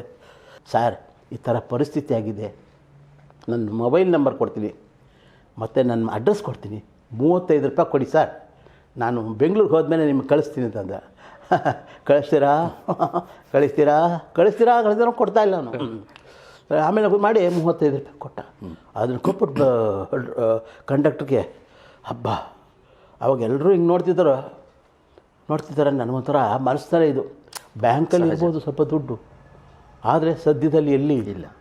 ಇವೆಲ್ಲ ಒದ್ದಾಡ್ಬಿಟ್ಟೆ. ಆ ಕಸಿಬಿಸಿ, ಆ ನೋವು, ಆ ಅವಮಾನ ನನಗೆ ಒಂಥರ ಆಗ್ಬಿಡ್ತು. ನನಗೆ ರಾಮನಗರದವರೆಗೂ ಬಂತು ಬಸ್ಸು. ರಾಮನಗರದಲ್ಲಿ ಒಂದಿಬ್ಬರು ಟಕ್ ಅಂತ ಹತ್ಕೊಂಡ್ರು ಬಸ್ಗೆ. ನಾನು ಕೂತಿದ್ದ ಜಾಗ ಬಂದು, ಓ ಉಮೇಶ್ ಅವರು, ಏನು ಸಾರ್ ನೀವು ಸಿನಿಮಾ ಸ್ಟಾರು, ದೊಡ್ಡ ಕಾಮಿಡಿ ಆರ್ಟಿಸ್ಟು, ಈ ಬಸ್ಸಲ್ಲಿ ಬರ್ತಿದ್ರೆ ಕಾರಲ್ಲಲ್ವಾ ಸರ್ ಬರೋದು ಅಂತ. ಪಾಪ ಅವ್ನಿಗೆ ಗೊತ್ತಿಲ್ಲಪ್ಪ, ಇದಕ್ಕೆ ಚಾರ್ಜ್ ಇಲ್ಲ, ಇನ್ನು ಕಾರು ಎಲ್ಲಿ ಬರಬೇಕು. ಅವನಿಗೆ ಏನಿಲ್ಲ, ಅದೋ ಏನಿಲ್ಲ ನಮ್ಮ ಕಾರು ಸ್ವಲ್ಪ ಇರಲಿ ಬಿಡಿ ಆ ವಿಚಾರ ಬಿಟ್ಬಿಡಿ, ಏನು ಕೆಲಸ ಮಾಡ್ತೀರಿ ನೀವು ಅಂತದ್ದೆ. ನಾನು ವೈಶ್ಯ ಬ್ಯಾಂಕಲ್ಲಿ ಇದ್ದೀನಿ ಸರ್, ನಾನು ಬಸವನಗುಡಿಯಲ್ಲಿ. ನಾನು ಇವರು ಇನ್ನೊಂದು ಕಡೆ, ಅವ್ರು ಇನ್ನೊಬ್ಬರು ಬಂದಿಲ್ಲ, ಇವರು ಅಲ್ಲಿ ಇನ್ನೊಂದು ಕಡೆ ಕೆಲಸ ಮಾಡ್ತಾರೆ ಅಂತ. ಭಾಳ ಸಂತೋಷ ಆಯ್ತು. ವೈಶ್ಯ ಬ್ಯಾಂಕ್ ಒಂದು ಕೊಟ್ಟಲೆ ನನಗೆ ಸ್ವಲ್ಪ ತಲೆ ಹೊಳಿತು. ನನ್ನ ಹತ್ರ 100 ರೂಪಾಯಿ ಇತ್ತಲ್ಲ, ಅದು ಕೊಲಗೆಟ್ಟ 100 ರೂಪಾಯಿ. ನಾನು ಹೇಳಿದೆ, ಸರ್ ಪರಿಸ್ಥಿತಿ ಹೇಳಿದೆ, ಕಿವಿಲಿ ಹೇಳಿದೆ. ಎಲ್ಲರಿಗೂ ಗೊತ್ತಾಗಿತ್ತು, ಆದರೂ ಕಿವಿಲಿ ಮೆತ್ತಿಗೆ ಹೇಳ್ಬೇಕಲ್ಲ, ಇರೋ ಮರ್ಯಾದೆ ಚೂರು ಉಳಿಸ್ಕೋಬೇಕಲ್ಲ. ಸರ್ ಈ ಥರ ಆಗೋಯ್ತು, ಇದು ಹೋಗಲ್ಲ ಅಂತಾರೆ, ಮಡಿ ಸಾರ್ ಅಂತಂದೆ. ಸರಿ, ಆವಾಗ 100 ರೂಪಾಯಿ ತೊಗೊಂಡು, ಯು ಡೋಂಟ್ ವರಿ ಸರ್, ನಾವು ಬ್ಯಾಂಕ್ನವರು, ನಾವು ಹೇಗಾರು ಮಾಡ್ತೀವಿ, ಕಳಿಸ್ತೀವಿ ಅಂದ್ಬಿಟ್ಟು 100 ರೂಪಾಯಿ ಜೋಗ ಇಟ್ಕೊಂಡು 100 ರೂಪಾಯಿ ಟಕ್ ಟಕ್ ಟಕ್ ಟಕ್ ಟಕ್ ಅಂತ ಹಿಡಿಸ್ಕೊಟ್ಟ. 10 ರೂಪಾಯಿ ನೋಟ್ ಹೇಳಿ, ಹಬ್ಬ ದೇವರೇ, ಎಲ್ಲೋ ಒಂದು ಕಡೆ ಇದಾನಲ್ಲಪ್ಪ ಅಂತಂದ್ಬಿಟ್ಟು ಸಂತೋಷ ಆಯಿತು. ತಕ್ಷಣವೇ ಅವ್ರು ಯಾರು ನನಗೆ 35 ರೂಪಾಯಿ ಸಾಲ ಕೊಟ್ಟಿದ್ದರು, ಅವರಿಗೆ ನೇರಿಸಿ 40 ರೂಪಾಯಿ ಕೊಟ್ಟೆ. ಆಮೇಲೆ ಇನ್ನು 60 ರೂಪಾಯಿ ಇತ್ತು. ಬೆಂಗಳೂರು ಬಂದ ತಕ್ಷಣವೇ ಮೈಸೂರು ಸರ್ಕಲ್ ಹೇಳ್ಕೊಂಡು ಆಟೋದಲ್ಲೇ ಹೋಗಿ ಮನೆಗೆ ಹೋದೆ. ಈ ಥರ ಅನೇಕ ಘಟನೆಗಳಾಗಿ. ಸರ್, ಇದನ್ನು ಕೇಳ್ತಿದ್ದಂಗೆ ಒಂದು ಇದು ಜ್ಞಾಪಕ ಬರುತ್ತೆ. ಒಬ್ಬರು, ಅವ್ರ ಹೆಸರು ಬೇಡ, ಒಬ್ಬರು ಖ್ಯಾತ ಪೋಷಕ ನಟಿ ಮತ್ತು ಹಾಸ್ಯ ನಟಿ ಕೂಡ ಅವರು ಒಂದ್ಸಲ ಹೀಗೆ ಪ್ರಶ್ನೆ ಕೇಳಿದಾಗ, ನಿಮ್ಮನ್ನು ಚಿತ್ರರಂಗದವ್ರು ಹೇಗೆ ನಡೆಸ್ಕೊತೀಯಾರ ಈಗ ಅಂತ ಕೇಳಿದ್ದಕ್ಕೆ, ಅಯ್ಯೋ ತುಂಬ ಚೆನ್ನಾಗಿ ನಡೆಸ್ಕೋತೀಯಾರಪ್ಪ, 40 ವರ್ಷದಿಂದ ಎಷ್ಟು ಸಂಭಾವನೆ ಕೊಡ್ತಾ ಇದ್ರು, ಈಗಲೂ ಅಷ್ಟೇ ಕೊಡ್ತೀಯಾರಪ್ಪ ಅಂತಂತ ಅವ್ರು ಆನ್ಸರ್ ಕೊಡ್ತಾರೆ. ಅಂದರೆ ಈ ಪ್ರಶ್ನೆ ಇದರಲ್ಲಿ ಅದ್ರಲ್ಲಿ ವ್ಯಂಗ್ಯ ಎಷ್ಟಿದೆಯೋ ಅದು ನೋವು ಹಾಗೆ ಇದೆ. ಈಗ ಹೊಸದಾಗಿ ಬಂದಿರುವಂಥ ಕಲಾವಿದರು 2-3 ಚಿತ್ರ ಯಶಸ್ವಿ ಆಗ್ತಿದ್ದ ಹಾಗೇನೆ ಕಾಲ್ ಶೀಟ್ಗಿಷ್ಟು ಪರ್ ಡೇ 1.5 ಲಕ್ಷ ಈ ಥರ ಎಲ್ಲ ಚಾರ್ಜ್ ಮಾಡುವಂಥ ಜಮಾನ ನಡೀತಾ ಇದೆ. ನಿಮ್ಮಂಥ ಪ್ರಬುದ್ಧ ಕಲಾವಿದರು, ಹಿರಿಯ ಕಲಾವಿದರು ಆರ್ಥಿಕ ಸ್ಥಿತಿ ಕೆಲವರದ್ದು, ಸಾಕಷ್ಟು ಜನದ್ದು ಇರಬಹುದು, ನಮಗೆ ಗೊತ್ತಿಲ್ಲದೆ ಇರೋದು, ಯಾಕೆ ಆರ್ಥಿಕ ದುಸ್ಥಿತಿ ಇನ್ನೂ ಅಸ್ತಿತ್ವದಲ್ಲಿದೆ ಅಂತ ಒಂದು ಅರ್ಥವಾಗದಿರೋಂಥ ಪ್ರಶ್ನೆ, ಯಾಕೆ ಅದು ನನಗೂ ಅರ್ಥ ಆಗ್ತಿಲ್ಲ. ಫಸ್ಟ್ ಆಫ್ ಆಲ್ ನಾನು ಕಲಾವಿದ ಆಗಿದ್ದು ಯಾಕೆ ಅಂತಲೇ ನನಗೂ ಅರ್ಥ ಆಗ್ತಾಯಿಲ್ಲ. ಬಡತನ ಅದಕ್ಕೋಸ್ಕರ ನಾನು ಕಲಾವಿದ ಆದಾಗಿರಬಹುದು, ಆದರೆ ನಾನಿನ್ನೂ ಕಲಾವಿದನ ಅಂತ ನನಗೆ ಅರ್ಥ ಆಗ್ತಿಲ್ಲ. ಯಾಕೆಂದರೆ ಇದ್ದಕ್ಕಿದ್ದಂಗೆ ಕೆಲವರು ಚೆನ್ನಾಗಾಗ್ಬಿಡ್ತಾರೆ, ಕೆಲವರು ನನ್ನ ಬೇಡಿ, ಇನ್ನೂ ಕೆಲವು ನನಗಿನ್ನ ದೊಡ್ಡ ಕಲಾವಿದರು ಅವತ್ತು ಆಗಿದ್ದರೆ ಇವತ್ತು ಹಾಗೇ ಇದ್ದಾರೆ. ಆ ಗುಂಪಿನಲ್ಲಿ ನಾನು ಒಬ್ಬ ಇರಬಹುದು. ಹಾಗಾದರೆ ಜನಗಳ ಒಂದು ಅಭಿಮಾನ ಇದೆ. ಚಿತ್ರರಂಗ ಎಲ್ಲ ಪ್ರೀತಿಸ್ತಾರೆ, ನಿರ್ಮಾಪಕ ನಿರ್ದೇಶಕರೆಲ್ಲ ಪ್ರೀತಿಸ್ತಾರೆ. ಆದರೆ ಎಲ್ಲ ಪ್ರೀತಿಸಿದ ಸಹಿತ ಇದು ಸರಿಗಿರಬೇಕಲ್ಲ ಸರ್. Yes sir. ಇದು ಸರಿಗಿದ್ರೆ ಮನೇಲಿ ನಾವು ಮನೆ ಹತ್ರನೇ ಬಂದುಬಿಡುತ್ತೆ ಲಕ್ಷ ನಾವು ನೋಡಿಲ್ಲ, ನಾವು ಮನೆ ಹತ್ರನೇ ಬಂದುಬಿಡೋದು ಲಕ್ಷ. ಯಾಕೆ ಅಂತಂದರೆ ಈಗಿನ ಚಿತ್ರ ತೆಗೆಯೋರು ಸಹಿತ ಹಳೆ ಆರ್ಟಿಸ್ಟ್ ಅವರು ಅಂತಂದ್ಬಿಟ್ಟು ಅವ್ರಿಗೊಂದು ನಮಗೊಂದು ಪರ್ಸೆಂಟೇಜ್ ಇಷ್ಟೇ ಪರ್ಸೆಂಟೇಜಲ್ಲಿ ದುಡ್ಡು ಕೊಡಬೇಕು ಅವ್ರಿಗಿಂತ ತೀರ್ಮಾನ ಮಾಡಿಬಿಟ್ಟಿರ್ತಾರೆ. ಅದಕ್ಕೆ ಆ ಗೆರೆ ಬಿಟ್ಟು ಮೇಲೆ ಹೋಗಲ್ಲ. ಯಾಕೆ ಅಂತ ನಾನು ಕೇಳಲ್ಲ, ಯಾಕೆ ಜಾಸ್ತಿ ಕೊಡ್ರಿ ಅಂತ ಕೇಳಿದ್ರೆ, ಓ ಆಯ್ತು ಸರ್ ಅಂದ್ಬಿಟ್ಟು ನಾವು ಡೇಟ್ ಹೇಳ್ತೀವಿ ಸರ್, ಮತ್ತೊಬ್ಬರು ಪಾತ್ರ ಮಾಡ್ತಾರೆ. ಅದಕ್ಕೋಸ್ಕರ ಏನು ಮಾಡೋಕ್ಕಾಗಲ್ಲ. ಇಲ್ಲಿ ಕಾಲಾಯ ತಸ್ಮೈ ನಮಃ, ಕಾಲಕ್ಕೆ ತಕ್ಕಂತೆ ನಾವು ಹೊಂದ್ಕೊಂಡು ಹೋಗಬೇಕು, ಏನು ಮಾಡೋಕ್ಕಾಗಲ್ಲ, ಹಾಗೆ ಹೋಗ್ತಿರುತ್ತೆ. Yes sir. ಚಿತ್ರರಂಗದಲ್ಲಿ ಅಥವಾ ನಾಟಕ ರಂಗದಲ್ಲಿ ಅವಕಾಶಗಳಿಲ್ಲದೆ ಇದ್ದಾಗ ನೀವು ಅಥವಾ ಮಧ್ಯದಲ್ಲಿ ನೀವೇನು ಮಾಡ್ತೀರಾ, ಹಳ್ಳಿಗಳಿಗೆ ಹೋಗಿ ನಾಟಕ ಕಲಿಸೋದು ಈ ಥರದ್ದೆಲ್ಲ ಮಾಡಿದ್ದು ಹೇಳ್ಕೊಂಡಿದ್ದೀರಿ. ಅದೇ ಥರ ಬೋರ್ಡ್ ಬರೆಯುತ್ತಿದ್ದೆ ಅಂತ ಹೇಳ್ಕೊಂಡಿದ್ದೀರಿ. ಇದರಿಂದ ಜೀವನ ನಿರ್ವಹಣೆಗೆ ಬೇಕಾಗೋಷ್ಟು ಏನಾದರೂ ಆದಾಯ ಬರ್ತಿತ್ತಾ ನಿಮಗೆ? ಇಲ್ಲ, ನಾನು ಚಿತ್ರರಂಗ ಇಲ್ಲದಿದ್ದಾಗ ನಾನು ಹೇಳ್ತಿದ್ದೆ, ಚಿತ್ರಗಳಿಲ್ಲದಿದ್ದಾಗ ನಾಟಕಕ್ಕೆ ಹೋಗ್ತಾಯಿದ್ದೆ ಅಂತ ಹೋಗ್ತಿದ್ದೆ. ಕೊನೆಗೆ ಅದೂ ಬಿಟ್ಬಿಟ್ಟೆ ನಾನು. ಯಾಕೆಂದರೆ ಕೆಲವು ಕಂಪ್ನಿ ಭಾಳ ಒಳ್ಳೆಯ ಕಂಪ್ನಿಯವರು ನಮಗೆ ಒಳ್ಳೆಯ ಸಂಭಾವನೆ ಕೊಡೋರು ಎಲ್ಲ ಪರವಾಗಿಲ್ಲ. ಕೆಲವು ಕಂಪ್ನಿ ಸ್ವಲ್ಪ ಶಿಸ್ತು ಸರಿಯಾಗಿರಲಿಲ್ಲ. ನನಗೆ ಯಾವತ್ತೂ ಅಷ್ಟೇ, ಇವತ್ತು ಸಹಿತ ನಾ ಬಣ್ಣ ಹಚ್ಚಿ ಸ್ಟೇಜ್ಗೆ ಹೋದರೆ ಕರೆಕ್ಟಾಗಿ ಇರಬೇಕು, ಶಿಸ್ತಿರಬೇಕು. ಎಲ್ಲ ಆ ಶಿಸ್ತನ್ನು ಮೇಂಟೈನ್ ಮಾಡೋಣ. ನಮಗೆ ಸುಸ್ತಾದರೂ ಪರವಾಗಿಲ್ಲ. ಆದರೆ ಅದೆಲ್ಲ ಕಡಿಮೆ ಆಯಿತು. ಮತ್ತು ಇನ್ನು ಕೆಲವರು ಏನು ತಿಳ್ಕೊಂಡ್ರು, ಅಲ್ಲಿ ನಾಟಕ ಕಂಪ್ನಿಗೆ ಹೋದ ತಕ್ಷಣ, ಏನಪ್ಪ ನಾವು ತಿಂಗಳಾನುಗಟ್ಟಲೆ ದುಡಿತೀವಿ, ನಮಗೆ 1000 ರೂಪಾಯಿ ಕೊಡ್ತಾರೆ, ಅದು ಇವನು ಒಂದು ದಿವಸ ಬಂದು 1000 ರೂಪಾಯಿ ತೊಗೊಂಡೋಗ್ಬಿಡ್ತಾನಲ್ಲಪ್ಪ, ಒಂದು ಆ ಭಾವನೆ ಅವರಲ್ಲಿ ಬರ್ತಾಯಿತ್ತು ಮತ್ತು ಆ ಮಾತು ಕೇಳ್ದಾಯ್ತು. ಓಕೆ. ಸೊ ಎಲ್ಲೋ ನಾನು ಬರೋದ್ರಿಂದ ಅವ್ರಿಗೆ ಮನಸ್ಸು ನೋವಾಗುತ್ತೇನೋ ಅಂತಂದ್ಬಿಟ್ಟು ಬೇಡ ಅಂತಂದ್ಬಿಟ್ಟು ನಾನು ತಿರ್ಗಾ ನಾಟಕ ಸಿನಿಮಾ ಸಾಕು ಇದೇ ನನಗೆ ಅನ್ನ ಹಾಕ್ತಿದ್ದೆ, ಸ್ವಲ್ಪ ಲೇಟ್ ಆಗ್ಬೋದು, ಇವತ್ತೆಲ್ಲ ನಾಳೆ ಅನ್ನ ಹಾಕತ್ತೆ ಅಂತ ಇದ್ರ ಮೇಲೆ ಈ ಬುನಾದಿನೇ ಇಟ್ಕೊಂಡು ಬದುಕ್ತಾಯಿದ್ದೀನಿ. ಮತ್ತು ಇನ್ನೊಂದು ನೀವು ಹೇಳಿದ್ರಿ ಪೇಂಟಿಂಗು. ಆ ಪೇಂಟಿಂಗ್ ನನಗೆ ನಾನು ನಾನು ಮೊದಲೇ ಹೇಳಿದ್ದೆ ನಿಮಗೆ, ಹಾರ್ಮೋನಿಯಂ ಕಲಿತೆ, ಪೇಂಟಿಂಗ್ ಕಲಿತೆ ಅಂತ. ಅದಕ್ಕೊಂದು ಶ್ಲೋಕ ಇದೆ, ವಿದ್ಯಾನಾಮನರಸ್ಯ ರೂಪಮಧಿಕಂ ಪ್ರಚ್ಛನ್ನ ಗುಣಂ ಧನಂ ವಿದ್ಯಾ ಭೋಗಕರಿ ಯಶಸ್ಸುಖಕರಿ ವಿದ್ಯಾ ಗುರುಣಾಂ ಗುರು ಅಂತ. ವಿದ್ಯೆ ಅನ್ನೋದು ಗುರುಗಿಂತ ಗುರು ಅಂತೆ. ಅವನಿಗೆ ವಿದ್ಯಾವಂತನಿಗೆ ಯಶಸ್ಸು ಸಿಗತ್ತಂತೆ. ಮನೆ ಅದೊಂದು ವಿದ್ಯೆ ಅನ್ನೋದು ಗುಪ್ತದನ. ನಿಮ್ಮ ಹತ್ರ ದುಡ್ಡಿದ್ದರೆ ಯಾರು ಕಿತ್ಕೊಂಡು ಹೋಗ್ಬೋದು ಅಥವಾ ನೀವೇ ಖರ್ಚು ಮಾಡ್ಬೋದು, ಆದರೆ ನಿಮ್ಮ ವಿದ್ಯೆಯನ್ನು ಕಿತ್ಕೊಂಡು ಹೋಗೋಕ್ಕೆ ಸಾಧ್ಯ ಇಲ್ಲ ಅಲ್ವೇ? ಹಾಗಾಗಿ ನಾನು ಕಲ್ತಿದ್ದ ಹಾರ್ಮೋನಿಯಮ್ಮು, ಪೇಂಟಿಂಗು, ಯಾಕೆಂದರೆ ಅದೊಂದು ಗುಪ್ತದನ. ಅದು ಕಂಪ್ನಿಲಿದ್ದಾಗ, ನಾಟಕ ಕಂಪ್ನಿಲಿದ್ದಾಗ ರಾತ್ರಿ ಹೊತ್ತೆಲ್ಲ ಹಾರ್ಮೋನಿಯಂ ಬಾರಿಸ್ತಾಯಿದ್ದೆ. ಅವರು 3 ತಿಂಗಳು 2 ತಿಂಗಳಾದರೂ ಸಂಬಳನೇ ಕೊಡ್ತಿರಲಿಲ್ಲ. ಅಷ್ಟೊತ್ತಿಗೆ ಅವಲ್ಲಿ ಮದುವೆ ಆಗಿತ್ತು. ಮಕ್ಕಳಿಗೆ ಬೆಳಗ್ಗೆ ಹಾಲು, ಏನಪ್ಪ ಮಾಡೋದು ಹಾಲಿಗೆ, ಏನು ಮಾಡೋದು ಅಂತ ಅವೆಲ್ಲ ಯೋಚನೆಗಳಿರುತ್ತೆ. ಬೆಳಗ್ಗೆ ತಿಂಡಿ ಯೋಚನೆ, ಊಟ ಅಂತ ಹಾಕ್ಬಿಡ್ತಾರೆ, ಬೆಳಗ್ಗೆ ತಿಂಡಿ ಬೇಕಲ್ಲ, ಹೌದು, ಆ ಯೋಚನೆ. ಅದಕ್ಕೆ ನಾನೇನು ಮಾಡ್ತಿದ್ದೆ ನೋಡಿ, ಅದೇ ಹೇಳಿದ್ನ, ನಾವು ಕಲ್ತ್ಕೊಂಡಿದ್ದು ವಿದ್ಯೆ ಬೋರ್ಡ್ ಬರೆಯೋದು. ಹೌದು. ರಾತ್ರಿ ಬೆಳಗ್ಗೆ 6 ಗಂಟೆಗೆ ಎದ್ದು ಬಿಡ್ತಿದ್ದೆ. 6 ಗಂಟೆಗೆ ಎದ್ದು ತಣ್ಣು ಸ್ನಾನ ಬಡ ಅಂತ ಇಕ್ಕೊಂಡು ಸುತ್ತ ಯಾವ ಅಂಗಡಿ ಬಾಗಿಲ್ತಿದ್ದಿರುತ್ತೋ, ಹೋಟ್ಲು, ಸ್ಟುಡಿಯೋ ಮತ್ತು ಈ ಲಾಯರ್ ಆಫೀಸು, ಕೋರ್ಟು, ಇರ್ಟು ಎಲ್ಲ ಕಡೆನೂ ಹೋಗಿ ಹುಡ್ಕೋದು. ಸಾರ್ ನಾನು ಬೋರ್ಡ್ ಬರಿತೀನಿ ಸರ್, ಬೋರ್ಡ್ ಬರೆದಕ್ಕೆ ಹಾಳಾಗೋಗಿದ್ದೆ, ನಾನು ಬೋರ್ಡ್ ಬರ್ಕೊಡ್ತೀನಿ. ಅವರು ನೀವು ಬೋರ್ಡ್ ಬರಿತೀರಲ್ರಿ, ಎಲ್ಲ ನಿನ್ನೆ ನಾನು ನೋಡಿದ್ರೆ ನಾಟಕಕ್ಕೆ ಬಂದಾಗ ಹಾರ್ಮೋನಿಯಂ ಬಾರಿಸ್ತಾಯಿದ್ರೆ ಏನು ರೀ ಬೋರ್ಡ್ ಬರೀತೀರಿ? ಇಲ್ಲ ಸರ್ ಬರ್ಕೊಡ್ತೀನಿ. ಸರಿ, ಆ ಬೋರ್ಡ್ಗಳಲ್ಲಿ ಇಸ್ಕೊಂಡು ನಾನು ಬೋರ್ಡ್ ಬರೆದು ಅವ್ರು ಕೊಟ್ಟ ದುಡ್ಡಿನಲ್ಲಿ ನಮ್ಮ ಮಕ್ಕಳಿಗೆ ಇನ್ನೊಂದು ಸರಿ ಅದೊಂದು ವಿಚಿತ್ರ ಆಗ್ಬಿಡ್ತು. ಫಸ್ಟು ನಾನು ಅಲ್ಲಿ ಗುಬ್ಬಿ ಅಂತ ಒಂದು ಕ್ಯಾಂಪ್ ಇದೆ ಊರು. ಆ ಗುಬ್ಬಿಯಲ್ಲಿ ನಮ್ಮ ಮನೆ ಪಕ್ಕದಲ್ಲಿ ಒಬ್ಬರು ಟೈಲರ್ ಅಂಗಡಿ ಇತ್ತು. ಆ ಟೈಲರ್ ಅಂಗಡಿಯಲ್ಲಿ ಜನ ಜಾಸ್ತಿ ಬರ್ತಾಯಿದ್ರು. ಅವ್ರಿಗೆ ಹೇಳಿದೆ, ನಮಗೂ ಸ್ವಲ್ಪ, ಯಾಕೆಂದರೆ ನಮಗೂ ಸ್ವಲ್ಪ ನಡಿಬೇಕಲ್ಲ ಅಂದ್ಬಿಟ್ಟು, ಏನು ರೀ ಬೋರ್ಡ್ಗೆ ಬರ್ಸ್ಬೇಡ್ಬಾ ನೀವು, ಎಷ್ಟೊಂದು ಚೆನ್ನಾಗಿ ಆಡಿದ್ದೆ. ಸರಿ ಸಾರ್ ಬೋರ್ಡ್ ಬರ್ಸ್ಬೇಕು. ಅವಾಗೆಲ್ಲ ತುಮಕೂರಿಗೆ ಹೋಗ್ಬೇಕಾದ್ರೆ ಭಾಳ ಕಷ್ಟ ಇತ್ತು. ತುಮಕೂರಿಗೆ ಹೋಗಿ ಬರ್ಸ್ಬೇಕು ಸಾರ್, ಇಲ್ಲಿ ಯಾರು ಪೇಂಟ್ರ್ ಇಲ್ಲ ಏನಿಲ್ಲ ಅಂತಂದು. ಯಾಕೆ ಹೇಳ್ತೀರಿ, ನಾನು ಬರ್ಕೊಡ್ತೀನಿ ರೀ ಬೋರ್ಡ್. ಸರ್ ನೀವು ಹಾರ್ಮೋನಿಯಂ ಮಾಸ್ಟರ್ ಅಲ್ವಾ? ಹಾರ್ಮೋನಿಯಂ ಮಾಸ್ಟರ್ ಅದೇನಂತೆ, ಬೋರ್ಡ್ ಬರ್ಕೊಡ್ತೀನಿಲ್ಲ ನಾನು, ಕೊಡಿ ಅಂತಂದೆ. ಅವ್ರು ಯಾವುದೋ ಒಂದು ಅಡ್ವರ್ಟೈಸ್ ಒಂದು 3 ಅಡಿ 6 ಅಡಿದು ಒಂದು ಬೋರ್ಡ್ ಬಂದಿತ್ತು. ಕೊಡಿ ನಾನು ಬರ್ಕೊಡ್ತೀನಿ ಅಂತಂದ್ಬಿಟ್ಟು ಅಡ್ವಾನ್ಸ್ ಒಟ್ಟಿನಲ್ಲಿ ಅವನ ಮಾತಿಗೆ 30 ರೂಪಾಯಿ ಮಾತಾಡಿದೆ. ಬೋರ್ಡ್ಗೆ 30 ರೂಪಾಯಿ ಕೊಡಿ ಅಂತಂದೆ. ಕೊಟ್ಟಿಲ್ಲ ಇನ್ನೂ ಬೋರ್ಡ್ ಬರೆದ್ಮೇಲೆ ತಾನೇ ಕೊಡಬಹುದು, ಮಾಡಿಕೊಡಿ ಅಂದರು. ನನ್ನ ಹತ್ರ ಯಾವಾಗಲೂ ಅಷ್ಟೇ ಪೇಂಟು ಬ್ರಷ್ ಇವತ್ತು ಇದೆ. ಓಕೆ. ಆವತ್ತು ಇತ್ತು, ಯಾಕಂದರೆ ಯಾವಾಗ ಏನೋ ಗೊತ್ತಾಗಲ್ಲ. ನಾನು ಸೀದಾ ಅವಾಗ 8 ಆಣೆ ಚಾರ್ಜು, ಎಲ್ಲಿಂದ ಗುಬ್ಬಿಯಿಂದ ತುಮಕೂರಿಗೆ. ತುಮಕೂರಿಗೆ ಹೋಗಿ ಒಂದಷ್ಟು ಪೇಂಟ್ ಬಾಕ್ಸ್ಗಳೆಲ್ಲ ತೊಗೊಂಡು ಬಂದೆ. ಬೆಳ್ಕೊಂಡು ಫಸ್ಟ್ ಎಲ್ಲೋ ಕ್ರೀಮ್ ಬ್ಯಾಕ್ಗ್ರೌಂಡ್ ಹೊಡೆದು ಫಸ್ಟ್ ಕ್ಲಾಸ್ ಹಾಕಿ ರೆಡ್ ಲೆಟರ್ಸ್ ವೆಂಕಟೇಶ್ವರ ಟೈಲರಿಂಗ್ ಹಾಲ್ ಅಂತ ಬರೆದೆ. ಸರಿ ಬನ್ನಿ ಬರೆದಿದ್ದೀನಿ ನೋಡಿ ಅಂತಂದೆ. ಅವನು ಬಂದು ನೋಡ್ದ. ಏನು ಸಾರ್ ಕೆಂಪು ಅಕ್ಷರದಲ್ಲಿ ಬರೆದ್ಬಿಟ್ಟಿದೆ ನೀವು ಅಂತ. ಏನೋ ತಂದಲ್ಲಪ್ಪ ಅಂದದ್ದು. ಯಾಕೆ ಕೆಂಪು ಅಕ್ಷರ ಏನಾಯಿತು? ಸಾರ್ ಡೇಂಜರ್ ಅಲ್ವಾ, ಕೆಂಪು ಅಕ್ಷರದಲ್ಲಿ ಬಂದುಬಿಟ್ಟಿದ್ದಾರೆ. ಆವಾಗ ನಮ್ಮ ನಾಟಕದ ಬುದ್ಧಿ ಉಪಯೋಗಿಸ್ಬೇಕಲ್ವಾ, ಅದಕ್ಕೋಸ್ಕರ ನಾನು ಮಾಡಿದೆ.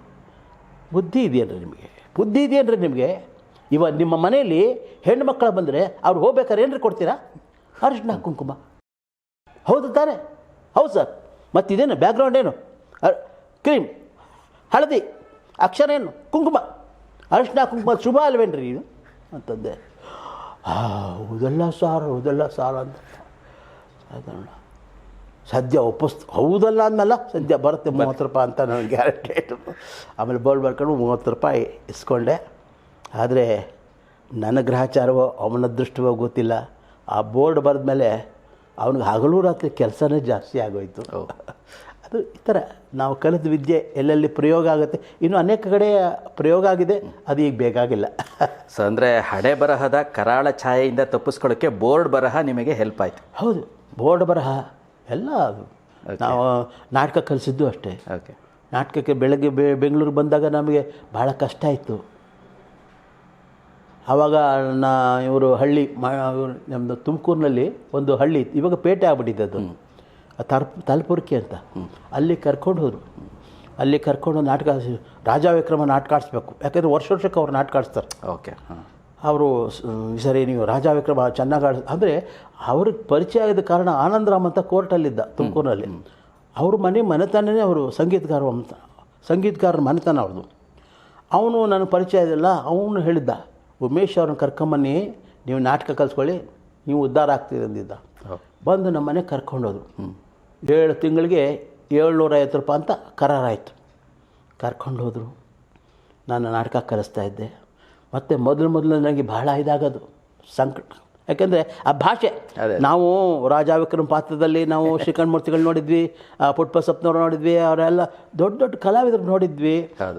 ಅವರು ಚೆನ್ನಾಗಿ ಹಾಡ್ತಿದ್ರು, ಚೆನ್ನಾಗಿ ಮಾತಾಡಿ. ಇವರಲ್ಲಿ ಭಾಷೆ ಅವ್ರನ್ನ ಹಾಡಿಸ್ಬೇಕು, ತಿದ್ದಬೇಕು. ತಾಳ್ಮೆ ಅಂತ ಭಾಳ ಮುಖ್ಯ. ನನಗೆ ಆಗಲೇ ಸ್ವಲ್ಪ ಹೆಚ್ಚಿಗೆ ತಾಳ್ಮೆ ಕಲ್ತ್ಕೊಂಡಿದ್ದು ನಾನು. ಓಕೆ. ತಾಳ್ಮೆ ಹಾಗಲ್ಲಪ್ಪ, ಹೀಗೆ ಅಂತ ಹೇಳ್ತಿದ್ದೆ. ಅದು ಒಂದು ಸರಿ ಕಾಮಿಡಿ ಇನ್ಸಿಡೆಂಟ್ ಆಯಿತು ನೋಡಿ. ಅದನ್ನು ಹಾಸ್ಯರೂಪವಾಗಿ ತಗೋಬೇಕು.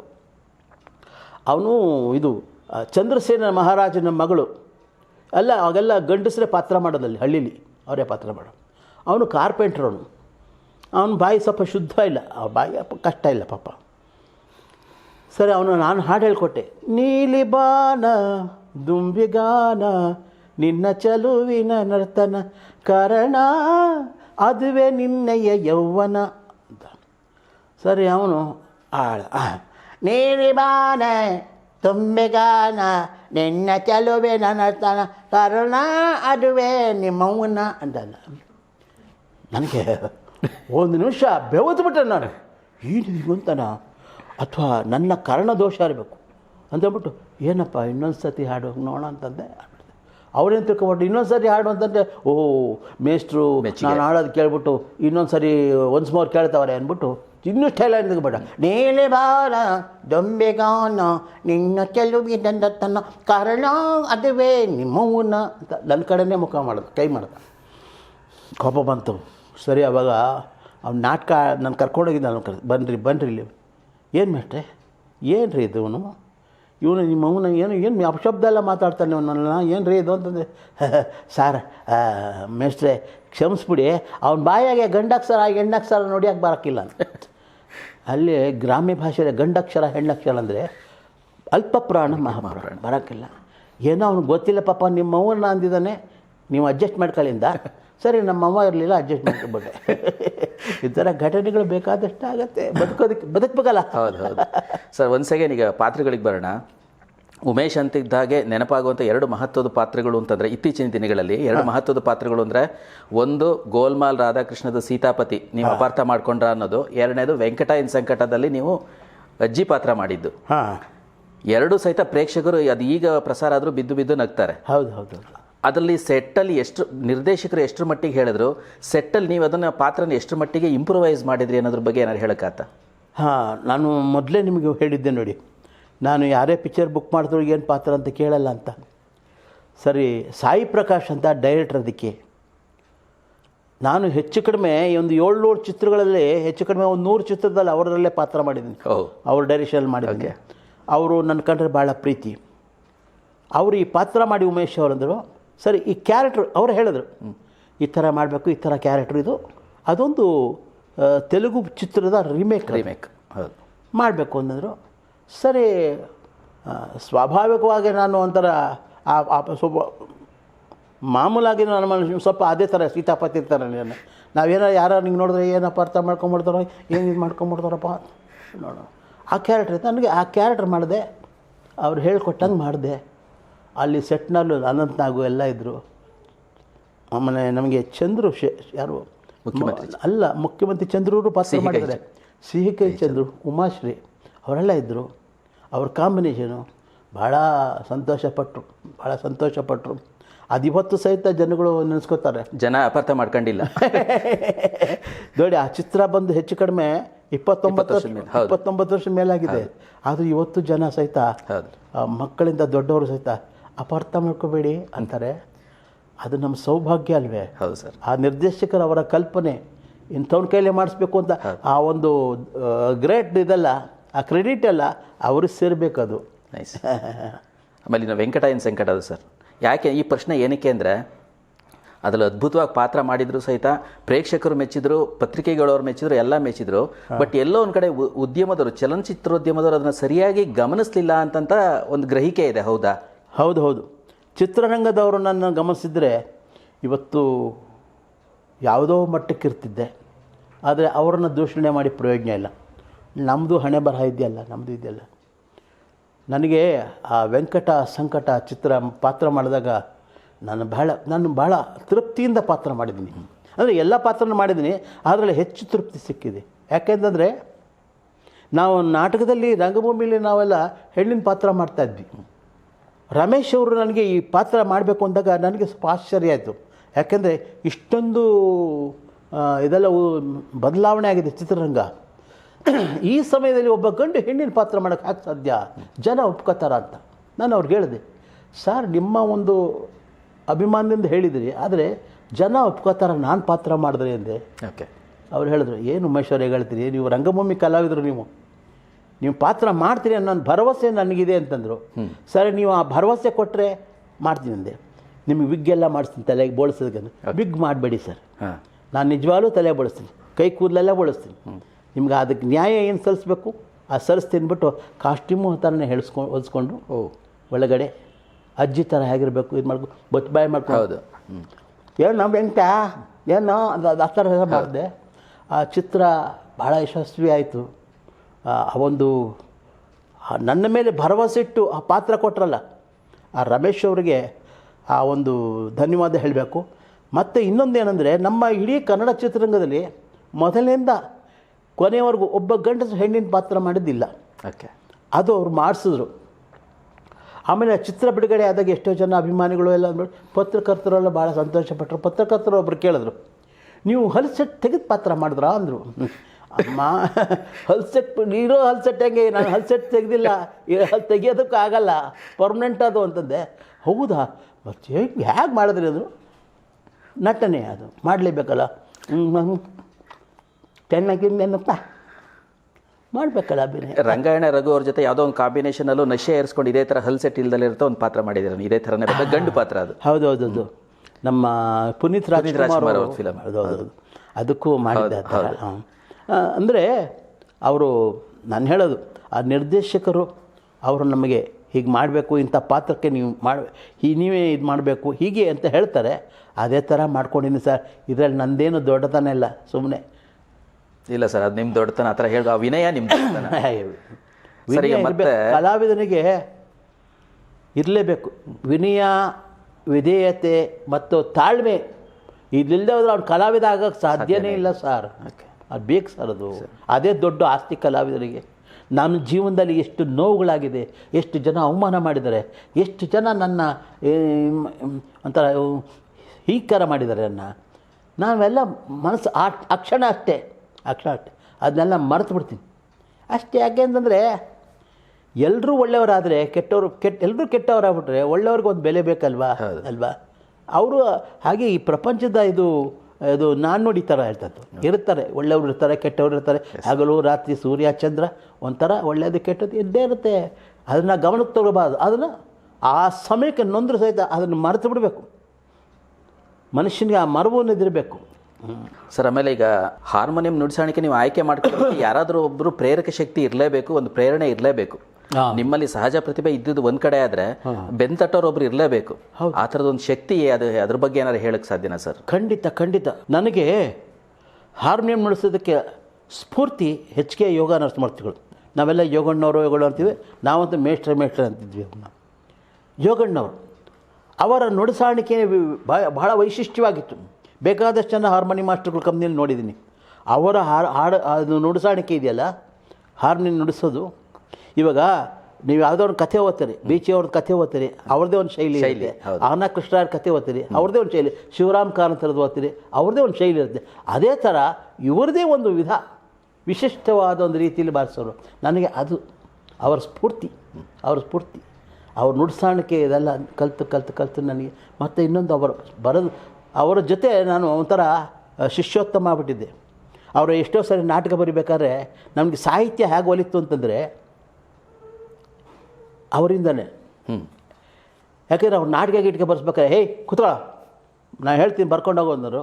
ಸರಿ ಬರೀತಿದ್ದೆ ಆಯ್ತು ಸರಿ ಆಮೇಲೆ ಒಂದು ಯಾವುದೋ ಒಂದು ಟ್ಯೂನ್ ಮಾಡ್ಬೇಕಾದ್ರೆ ಕಲ್ತ್ಕೊರು.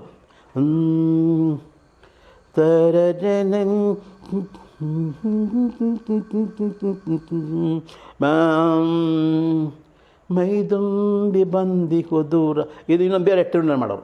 ಬೇರೆ ಟ್ಯೂನ್ ಮಾಡಿದಾಗ ಹೇಗಿದೆ ಅಂತಂದರು. ಮೂರ್ತಿ ಕೇಳಿದ್ದೆ ನಾನು, ಚೆನ್ನಾಗಿಲ್ಲ ಸರ್ ಇದು, ಅಯೋಗ್ಯ, ಮೊದಲೇ ಹೇಳೋಕ್ಕಿಲ್ವ, ಟೈಮ್ ವೇಸ್ಟ್ ಆಯ್ತಲ್ಲ ಅಂತಬಿಟ್ಟು ತಿರ್ಗಾ ಚೇಂಜ್ ಮಾಡೋರು. ತಿರ್ಗಾ ಚಾರುಕೇಶ್ವರ ಆಗ್ತದೆ. ಮೈದುಂಬಿ ಬಂದಿಹೋದು ರಾತ್ರಿ, ಕಣ್ಮುಚ್ಚಿ ಮಲಗಿ ಹೇಳೋ ದಾತ್ರಿ, ಏಕಾಂತವಾಗಿದೆ ಬಲು ಮೌನ ಸಾಗಿದೆ, ಹಾಯಾಗಿ ನೀ ಮಲಗೋ ಕಂದ. ಈ ಟ್ಯೂನ್ ಚೆನ್ನಾಗಿದೆ ಸರ್. ಅದಾ ಮುಂದಕ್ಕೆ ಬಂದ್ಬಿಡ್ಲ ಮುಂದಕ್ಕೆ ಸಾಹಿತ್ಯವರು ನೋಡಿ. ಅದೊಂದು ಹಾಡು, ಇದು ಹಾಡು ಮೈದುಂಬಿ ಬಂದಿಹೋದು ರಾತ್ರಿ ಅನ್ನೋದು ಬೇಕಾದಷ್ಟು ಬರೆದಿದ್ದಾರೆ, ಒಳ್ಳೆ ಸಾಹಿತ್ಯ ಇದೆ. ನಾನು ಉದಾಹರಣೆಗೆ ಇದು ಯಾಕೆ ಹೇಳ್ತೀನಿ ಅಂದರೆ, ಇದು 1960 ಇಸ್ವಿಲಿ ಯೋಗಣ್ಣವ್ರು ಬರೆದಿದ್ದು. ಆ ಸಾಹಿತ್ಯ ಹೇಗಿದೆ ನೋಡಿ.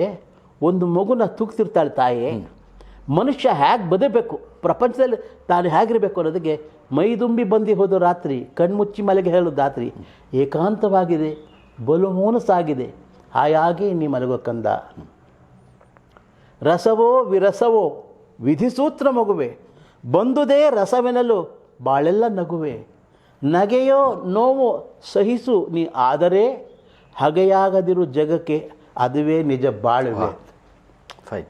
ಎಂಥ ಸಾಹಿತ್ಯ ಅದು ಇದು 100 ವರ್ಷ ಆಗಲಿ, ಇದು ಜನಮಾನಸದಲ್ಲಿ ಅದು ಉಳ್ಕೊಂಡ್ಬಿಡುತ್ತೆ ಸಾಹಿತ್ಯಗಳು ಅಂತ. ಇನ್ನೂ ಬೇಕಾದಷ್ಟು ಒಳ್ಳೊಳ್ಳೆ ಸಾಹಿತ್ಯಗಳಿದೆ. ನನಗೆ ಅವ್ರ ಸ್ಫೂರ್ತಿ ಆಗ್ಬಿಟ್ರು. ಓಕೆ. ನನಗೆ ಸಾಹಿತ್ಯದಲ್ಲಿ ಸಂಗೀತದಲ್ಲಿ ಅವ್ರು ಹೇಗೆ ಸ್ಫೂರ್ತಿನೋ, ನಾನು ಹಾಸ್ಯ ಕಲಾವಿದ ಆಗ್ಬೇಕಾದ್ರೂ ಹಾಸ್ಯ ಕಲಾವಿದಕವನು ಒಂದು ಸ್ಫೂರ್ತಿ ಇದೆ. ಯಾರು ಬಂದರೆ ನಾನು ನಿಜವಾಗ್ಲೂ ಹಾಸ್ಯ ಕಲಾವಿದ ಅಲ್ಲ. ನಾನು ಎಲ್ಲ ಸೀರಿಯಸ್ ಪಾತ್ರ ಮಾಡ್ಕೊಂಡಿದ್ದವನು, ರಾಜ್ಕುಮಾರ್ ಪಾತ್ರ ಎಲ್ಲ ಮಾಡ್ಕೊಂಡ್ಬಂದಿದ್ದವನು. ನನಗೆ ಸ್ಫೂರ್ತಿ ಯಾರಪ್ಪ ಅಂದರೆ ಬಾಲಣ್ಣ, ನರಸಿಂಹರಾಜವರು, ಮಾಸ್ಟರ್ ಹಿರಣ್ಣಯ್ಯನವರು. ಅವರೆಲ್ಲ ಟೈಮಿಂಗ್ಸ್, ಆ ಟೈಮಿಂಗ್ಸ್, ಹಾಸ್ಯದ ಟೈಮಿಂಗ್ಸ್ ಅದೆಲ್ಲ ನನಗೆ ಇತ್ತು. ನನಗೆ ಇದ್ದಕ್ಕಿದ್ದ ಹಾಗೆ ಒಂದು ಪಾತ್ರ ನಾನು ಹಾಸ್ಯ ಕಲಾವಿದ ಆಗೋದಕ್ಕೆ ಕಾರಣ ಇವರು ನಮ್ಮ ಶಾಂತಕುಮಾರ್ ಅಂತ ಒಬ್ಬರಿದ್ದರು, ಮಹಾನ್ ಕಲಾವಿದರು. ಎಲ್ಲಿ ಅವರು ತೀರ್ಥಹಳ್ಳಿಯವರು. ಓಕೆ. ಅವರು ಮೀರ್ ಸಾಧಕ್ ಪಾತ್ರ ಮಾಡೋರು ಟಿಪ್ಪು ಸುಲ್ತಾನ್ನಲ್ಲಿ.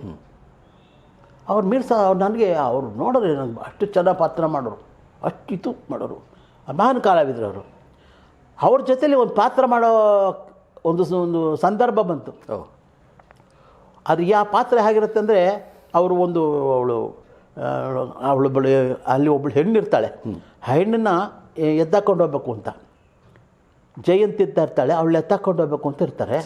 ಸರಿ, ಅದಕ್ಕೆ ಅವ್ರು ಕರ್ಕೊಂಡು ಹೋಗೋದು ನನಗೆ ಅಷ್ಟೆಂಟಾಗಿ ಕರ್ಕೊಂಡು ಹೋಗ್ತಾರೆ. ಅವ್ನಿಗೆ ಅಷ್ಟೆಂಟ್ ಹೆಂಗಿರ್ತಾನೆ ಅಂದರೆ, ಕುರುಡ, ಒಂಟಿ ಕಾಲು, ಚತ್ತ ಹಿಂಗಿರ್ತಾನೆ. ಅವ್ನ ಕೈ ಇಷ್ಟುದ್ದ ದಾರ ಇರುತ್ತೆ. ಅಪ್ಪ ಅವ್ನು ಅವಳನ್ನ ಕರ್ಕೊಂಡು ಹೋಗೋದಕ್ಕೆ ಇವ್ನು ಕರ್ಕೊಂಬಂದಿರ್ತಾನೆ. ಎಲ್ಲ ಬಂದ್ಬಿಟ್ಟು ಮೇರೆ ಸೀರೆ ಲಗಾದು ಅವ ಮೇರೆ ಮಹಲ್ಕು ರಾಣಿ ಅಂತ ಹೇಳಿದಾಗ, ನೀವು ಒಳ್ಳೆ ಉದ್ಯೋಗದಲ್ಲಿದ್ದು ಹೆಣ್ಣಿನ ಮೇಲೆ ಈ ಥರ ಮಾತನಾಡೋಕ್ಕೆ ನಿಮಗೆ ನಾಚಿಕೆ ಆಗಲ್ವೇ? ಥೂ, ನಿಮ್ಮ ಜನ್ಮಕ್ಕೆ ಅಧಿಕಾರವಿಲ್ಲ ಅಂತ ಥೂ ಅಂತ ಹೋಗಿದ್ದಾರೆ. ಆ ಥೂ ಅಂತ ಹೋಗಿದ ತಕ್ಷಣವೇ ನನ್ನ ಕಡೆ ಪಕ್ಕ ತಿರ್ಕೋತಾರೆ. ನಾನು ಅಂತ ನಗ್ಬಿಟ್ಟೆ. ಬಸ್ಸುಗಳಲ್ಲಿ 1000 ಜನ ಸೇರಿದ್ದಾರೆ. ಆಡಿಯನ್ಸ್ ಎಲ್ಲ ನಕ್ಬಿಟ್ರು, ಜೋರಾಗಿ ಅಂತ ನಕ್ಬಿಟ್ರು ನೋಡ್ರು. ಸರ್, ಇವರು ಒಂದು 10 ನಿಮಿಷ ನನಗೆ ಹಿಂಗೇನು ಹೇಳ್ತಿದ್ರು. ಜನ ನನಗೂ ನಿಲ್ಲಿಸಲಿಲ್ಲ. ಕೊನೆಯಲ್ಲಿ ನಿಲ್ಲಿಸಿದ್ಮೇಲೆ ಆಮೇಲೆ ನನಗೊಂಥರ ಅವ್ರು ನೋಡೋದು ನೋಡ್ಬಿಟ್ಟು, ಏನಪ್ಪ ದೊಡ್ಡ ಕಲಾವಿದರು, ನಾನೇನು ಬೇಜಾರು ಮಾಡ್ಕೊಂಬಿಟ್ರು ಏನೋ ನನ್ನ ಮೇಲೆ ಅಪಾರ್ಥ ಅಂತ ನನ್ನ ಹೆದರಿಕೆ ಇದೆ. ಒಳಗಡೆ ಬಂದ ತಕ್ಷಣ ನಾನು ತಬ್ಕೊಂಬಿಟ್ರು, ತಬ್ಕೊಂಬಿಟ್ರು.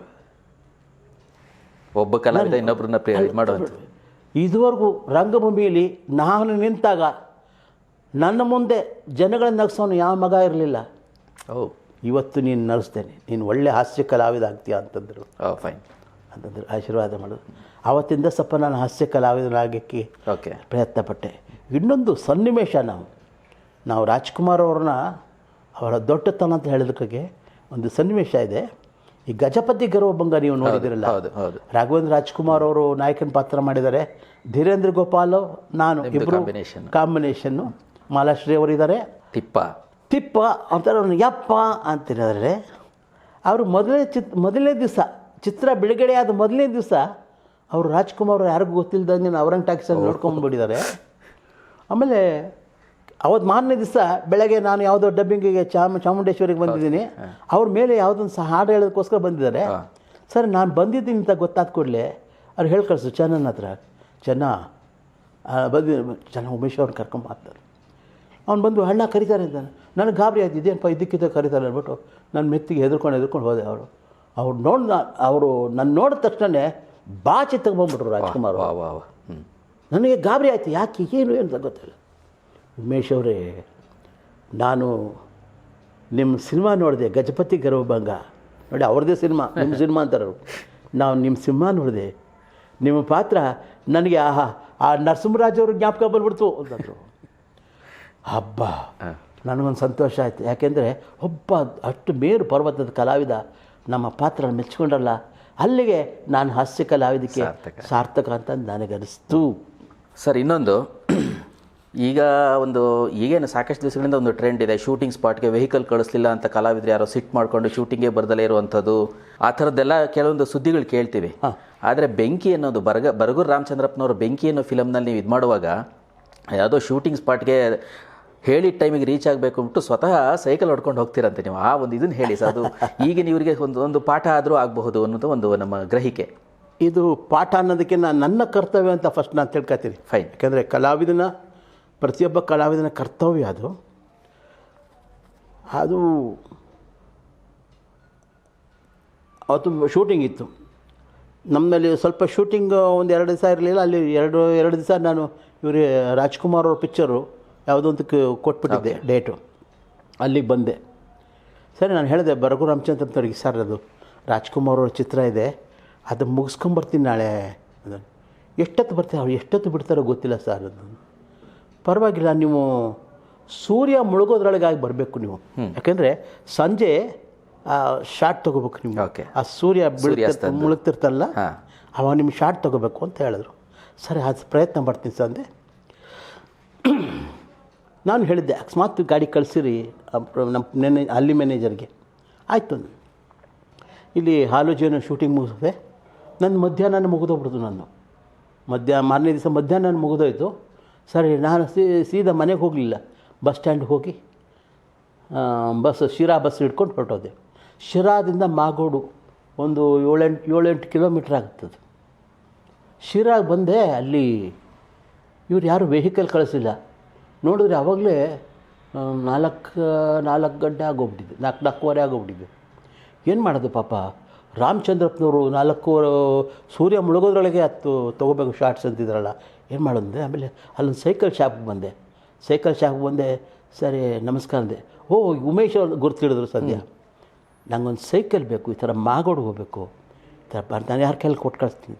ಅಯ್ಯೋ ತೊಗೊಂಡೋಗಿ ಸರ್ ಅಂತಂದರು. ನಾನು ಸೈಕಲ್ ತುಳ್ಕೊಂಡೋದೆ. ಇನ್ನೇನು ಅಷ್ಟೊತ್ತಿಗೆ 5:05 ಆಯಿತು. ಎಲ್ಲಿ ಆ ಶೂಟಿಂಗ್ ನಡೀತಿದ್ದ ಸ್ಪಾಟ್ಗೆ ಹೋದೆ. 5:05 ಅಷ್ಟೊತ್ತಿಗೆ ಹೋದೆ. ಅವರು ರಾಮಚಂದ್ರಪ್ಪನವರು ಆಶ್ಚರ್ಯ, ಏನು ಉಮೇಶ್ ಅವರೇ ಸೈಕಲಲ್ಲಿ ಬರ್ತಿದ್ದಾರಲ್ಲ ಅಂತಂದರು. ಸರಿ, ಇಲ್ಲ ಸಾರ್ದು ಇಲ್ಲಿ ಯಾವುದು ವೆಹಿಕಲ್ಲು ನನಗೆ ಕಳಿಸ್ಲಿಲ್ಲ, ಮತ್ತು ಇಲ್ಲಿಂದ ಯಾವ ಬಸ್ ಬರುತ್ತೋ ಎಷ್ಟೊತ್ತಾಗುತ್ತೋ ಅಂತ ಗೊತ್ತಿಲ್ಲ, ಅದು ನಿಮಗೆ ತೊಂದರೆ ಆಗಬಾರ್ದು ಅಂದ್ಬಿಟ್ಟು ನಾನು ಸೈಕಲಲ್ಲಿ ಬಂದೆ ಅಂತಂದೆ. ವೆರಿ ಸಾರಿ, ಬಿಡಿ ನಾಳೆ ತೆಕ್ಕೊಳ್ಳೋಣ, ರೆಸ್ಟ್ ತೊಗೊಳ್ಳಿ ಅಂತಂದರು. ಅಂದರೆ ಅವರು ನಿಜವಾಗ್ಲೂ ಅವರ ಬಹಳ ಒಳ್ಳೆಯ ಸಾಹಿತಿಗಳು. ಅದರ ಬಗ್ಗೆ ಎರಡು ಮಾತಿಲ್ಲ. ಬರೀ ಸಾಹಿತಿಗಳಷ್ಟೇ ಅಲ್ಲ, ವಿಶಾಲ ಮನಸ್ಸಿನವರು. ಅವರು ಮೊದಲು ಚಿತ್ರ ಮಾಡಿದ್ರು, ಒಂದು ಊರಿನ ಕಥೆ ಅಂತ. ಅಲ್ಲಿಂದ ಅವರು ಅನೇಕ ಚಿತ್ರಗಳಲ್ಲಿ ನಾನು ಪಾತ್ರ ಮಾಡಿದ್ದೇನೆ. ಆದರೆ ಅವರು ಒಂದು ಕಲಾವಿದನಿಗೆ ಕೊಡಬೇಕಾದ ಗೌರವ ಎಲ್ಲ ಭಾಳ ಚೆನ್ನಾಗಿ ಕೊಡ್ತಿದ್ದರು. ಮತ್ತು ಅವರು ಚಿತ್ರದಲ್ಲೆಲ್ಲ ಒಳ್ಳೆ ಪಾತ್ರಗಳು ಕೊಟ್ಟಿದ್ದಾರೆ. ಬೆಂಕಿಯೂ ಸಹಿತ ಒಳ್ಳೆ ಪಾತ್ರ ಆಯಿತು. ಆದರೆ ನನ್ನ ಹಣೆ ಬರ ಅದು ಪಿಕ್ಚರ್ ಬಿಡುಗಡೆ ಆಗಲಿಲ್ಲ. ಹೌದು ಸರ್. ಇನ್ನೊಂದು ಮುಖ್ಯವಾದ ಪ್ರಶ್ನೆ ನಿಮ್ಮ ಕುಟುಂಬದ ಕುರಿತಾದದ್ದು. ಒಂದು ಕುಟುಂಬದ ಬಗ್ಗೆ ಹೇಳಿ, ಜೊತೆಯಲ್ಲಿ ಕಲಾವಿದರ ಜೀವನದಲ್ಲಿ ಯಾವಾಗಲಾರು ಒಂದ್ಸಲ ಇದೊಂದು ಕ್ಷಣ ಬಂದಿರುತ್ತೆ, ಏನಂದರೆ ಕುಟುಂಬದ ಸದಸ್ಯರು ಯಾವಾಗಲಾರು ಅಗಲಿಕೆ ಆದರೂ ಸಹಿತ ಅದನ್ನು ಪಕ್ಕಕ್ಕಿಟ್ಟು ಪಾತ್ರದಲ್ಲೇ ಅಭಿನಯಿಸಬೇಕಾದಂಥ, ತೊಡಗಿಸ್ಕೊಳ್ಳಬೇಕಾದಂಥ ಅನಿವಾರ್ಯತೆ ಒದಗುತ್ತೆ. ಹೌದೌದು. ಇಂಥದ್ದೊಂದು ಸಂದರ್ಭಗಳು ಎರಡನ್ನೂ ಕುರಿತು ಸ್ವಲ್ಪ ಹೇಳಿ ಸರ್. ನನ್ನ ಹೆಂಡತಿ ಬಗ್ಗೆ ಹೇಳಬೇಕು ಅಂತಂದರೆ, ನನ್ನ ಹೆಂಡತಿ ಸುಧಾ ಅಂತ. ಸುಧಾ ಅವಳು ಬಾಲ್ಯದಿಂದಲೂ ರಂಗಭೂಮಿ ಕಲಾವಿದೆ. ಬಾಳಪ್ಪನವ್ರು ಸಾಕಷ್ಟು ಕಂಪ್ನಿಲಿದ್ಲು, ಗುಬ್ಬಿ ಕಂಪ್ನಿಲಿದ್ಲು, ಅಲ್ಲಿಂದ ಸಾಕಷ್ಟು ಕಂಪ್ನಿಲಿದ್ಲು, ಕೊನೆಗೆ ಬಾಳಪ್ಪನವ್ರ ಕಂಪ್ನಿಲಿದ್ಲು. ಅಲ್ಲೆಲ್ಲ ನಾಯಕಿ ಪಾತ್ರ ಮಾಡ್ತಾಯಿದ್ಲು ಅವಳು.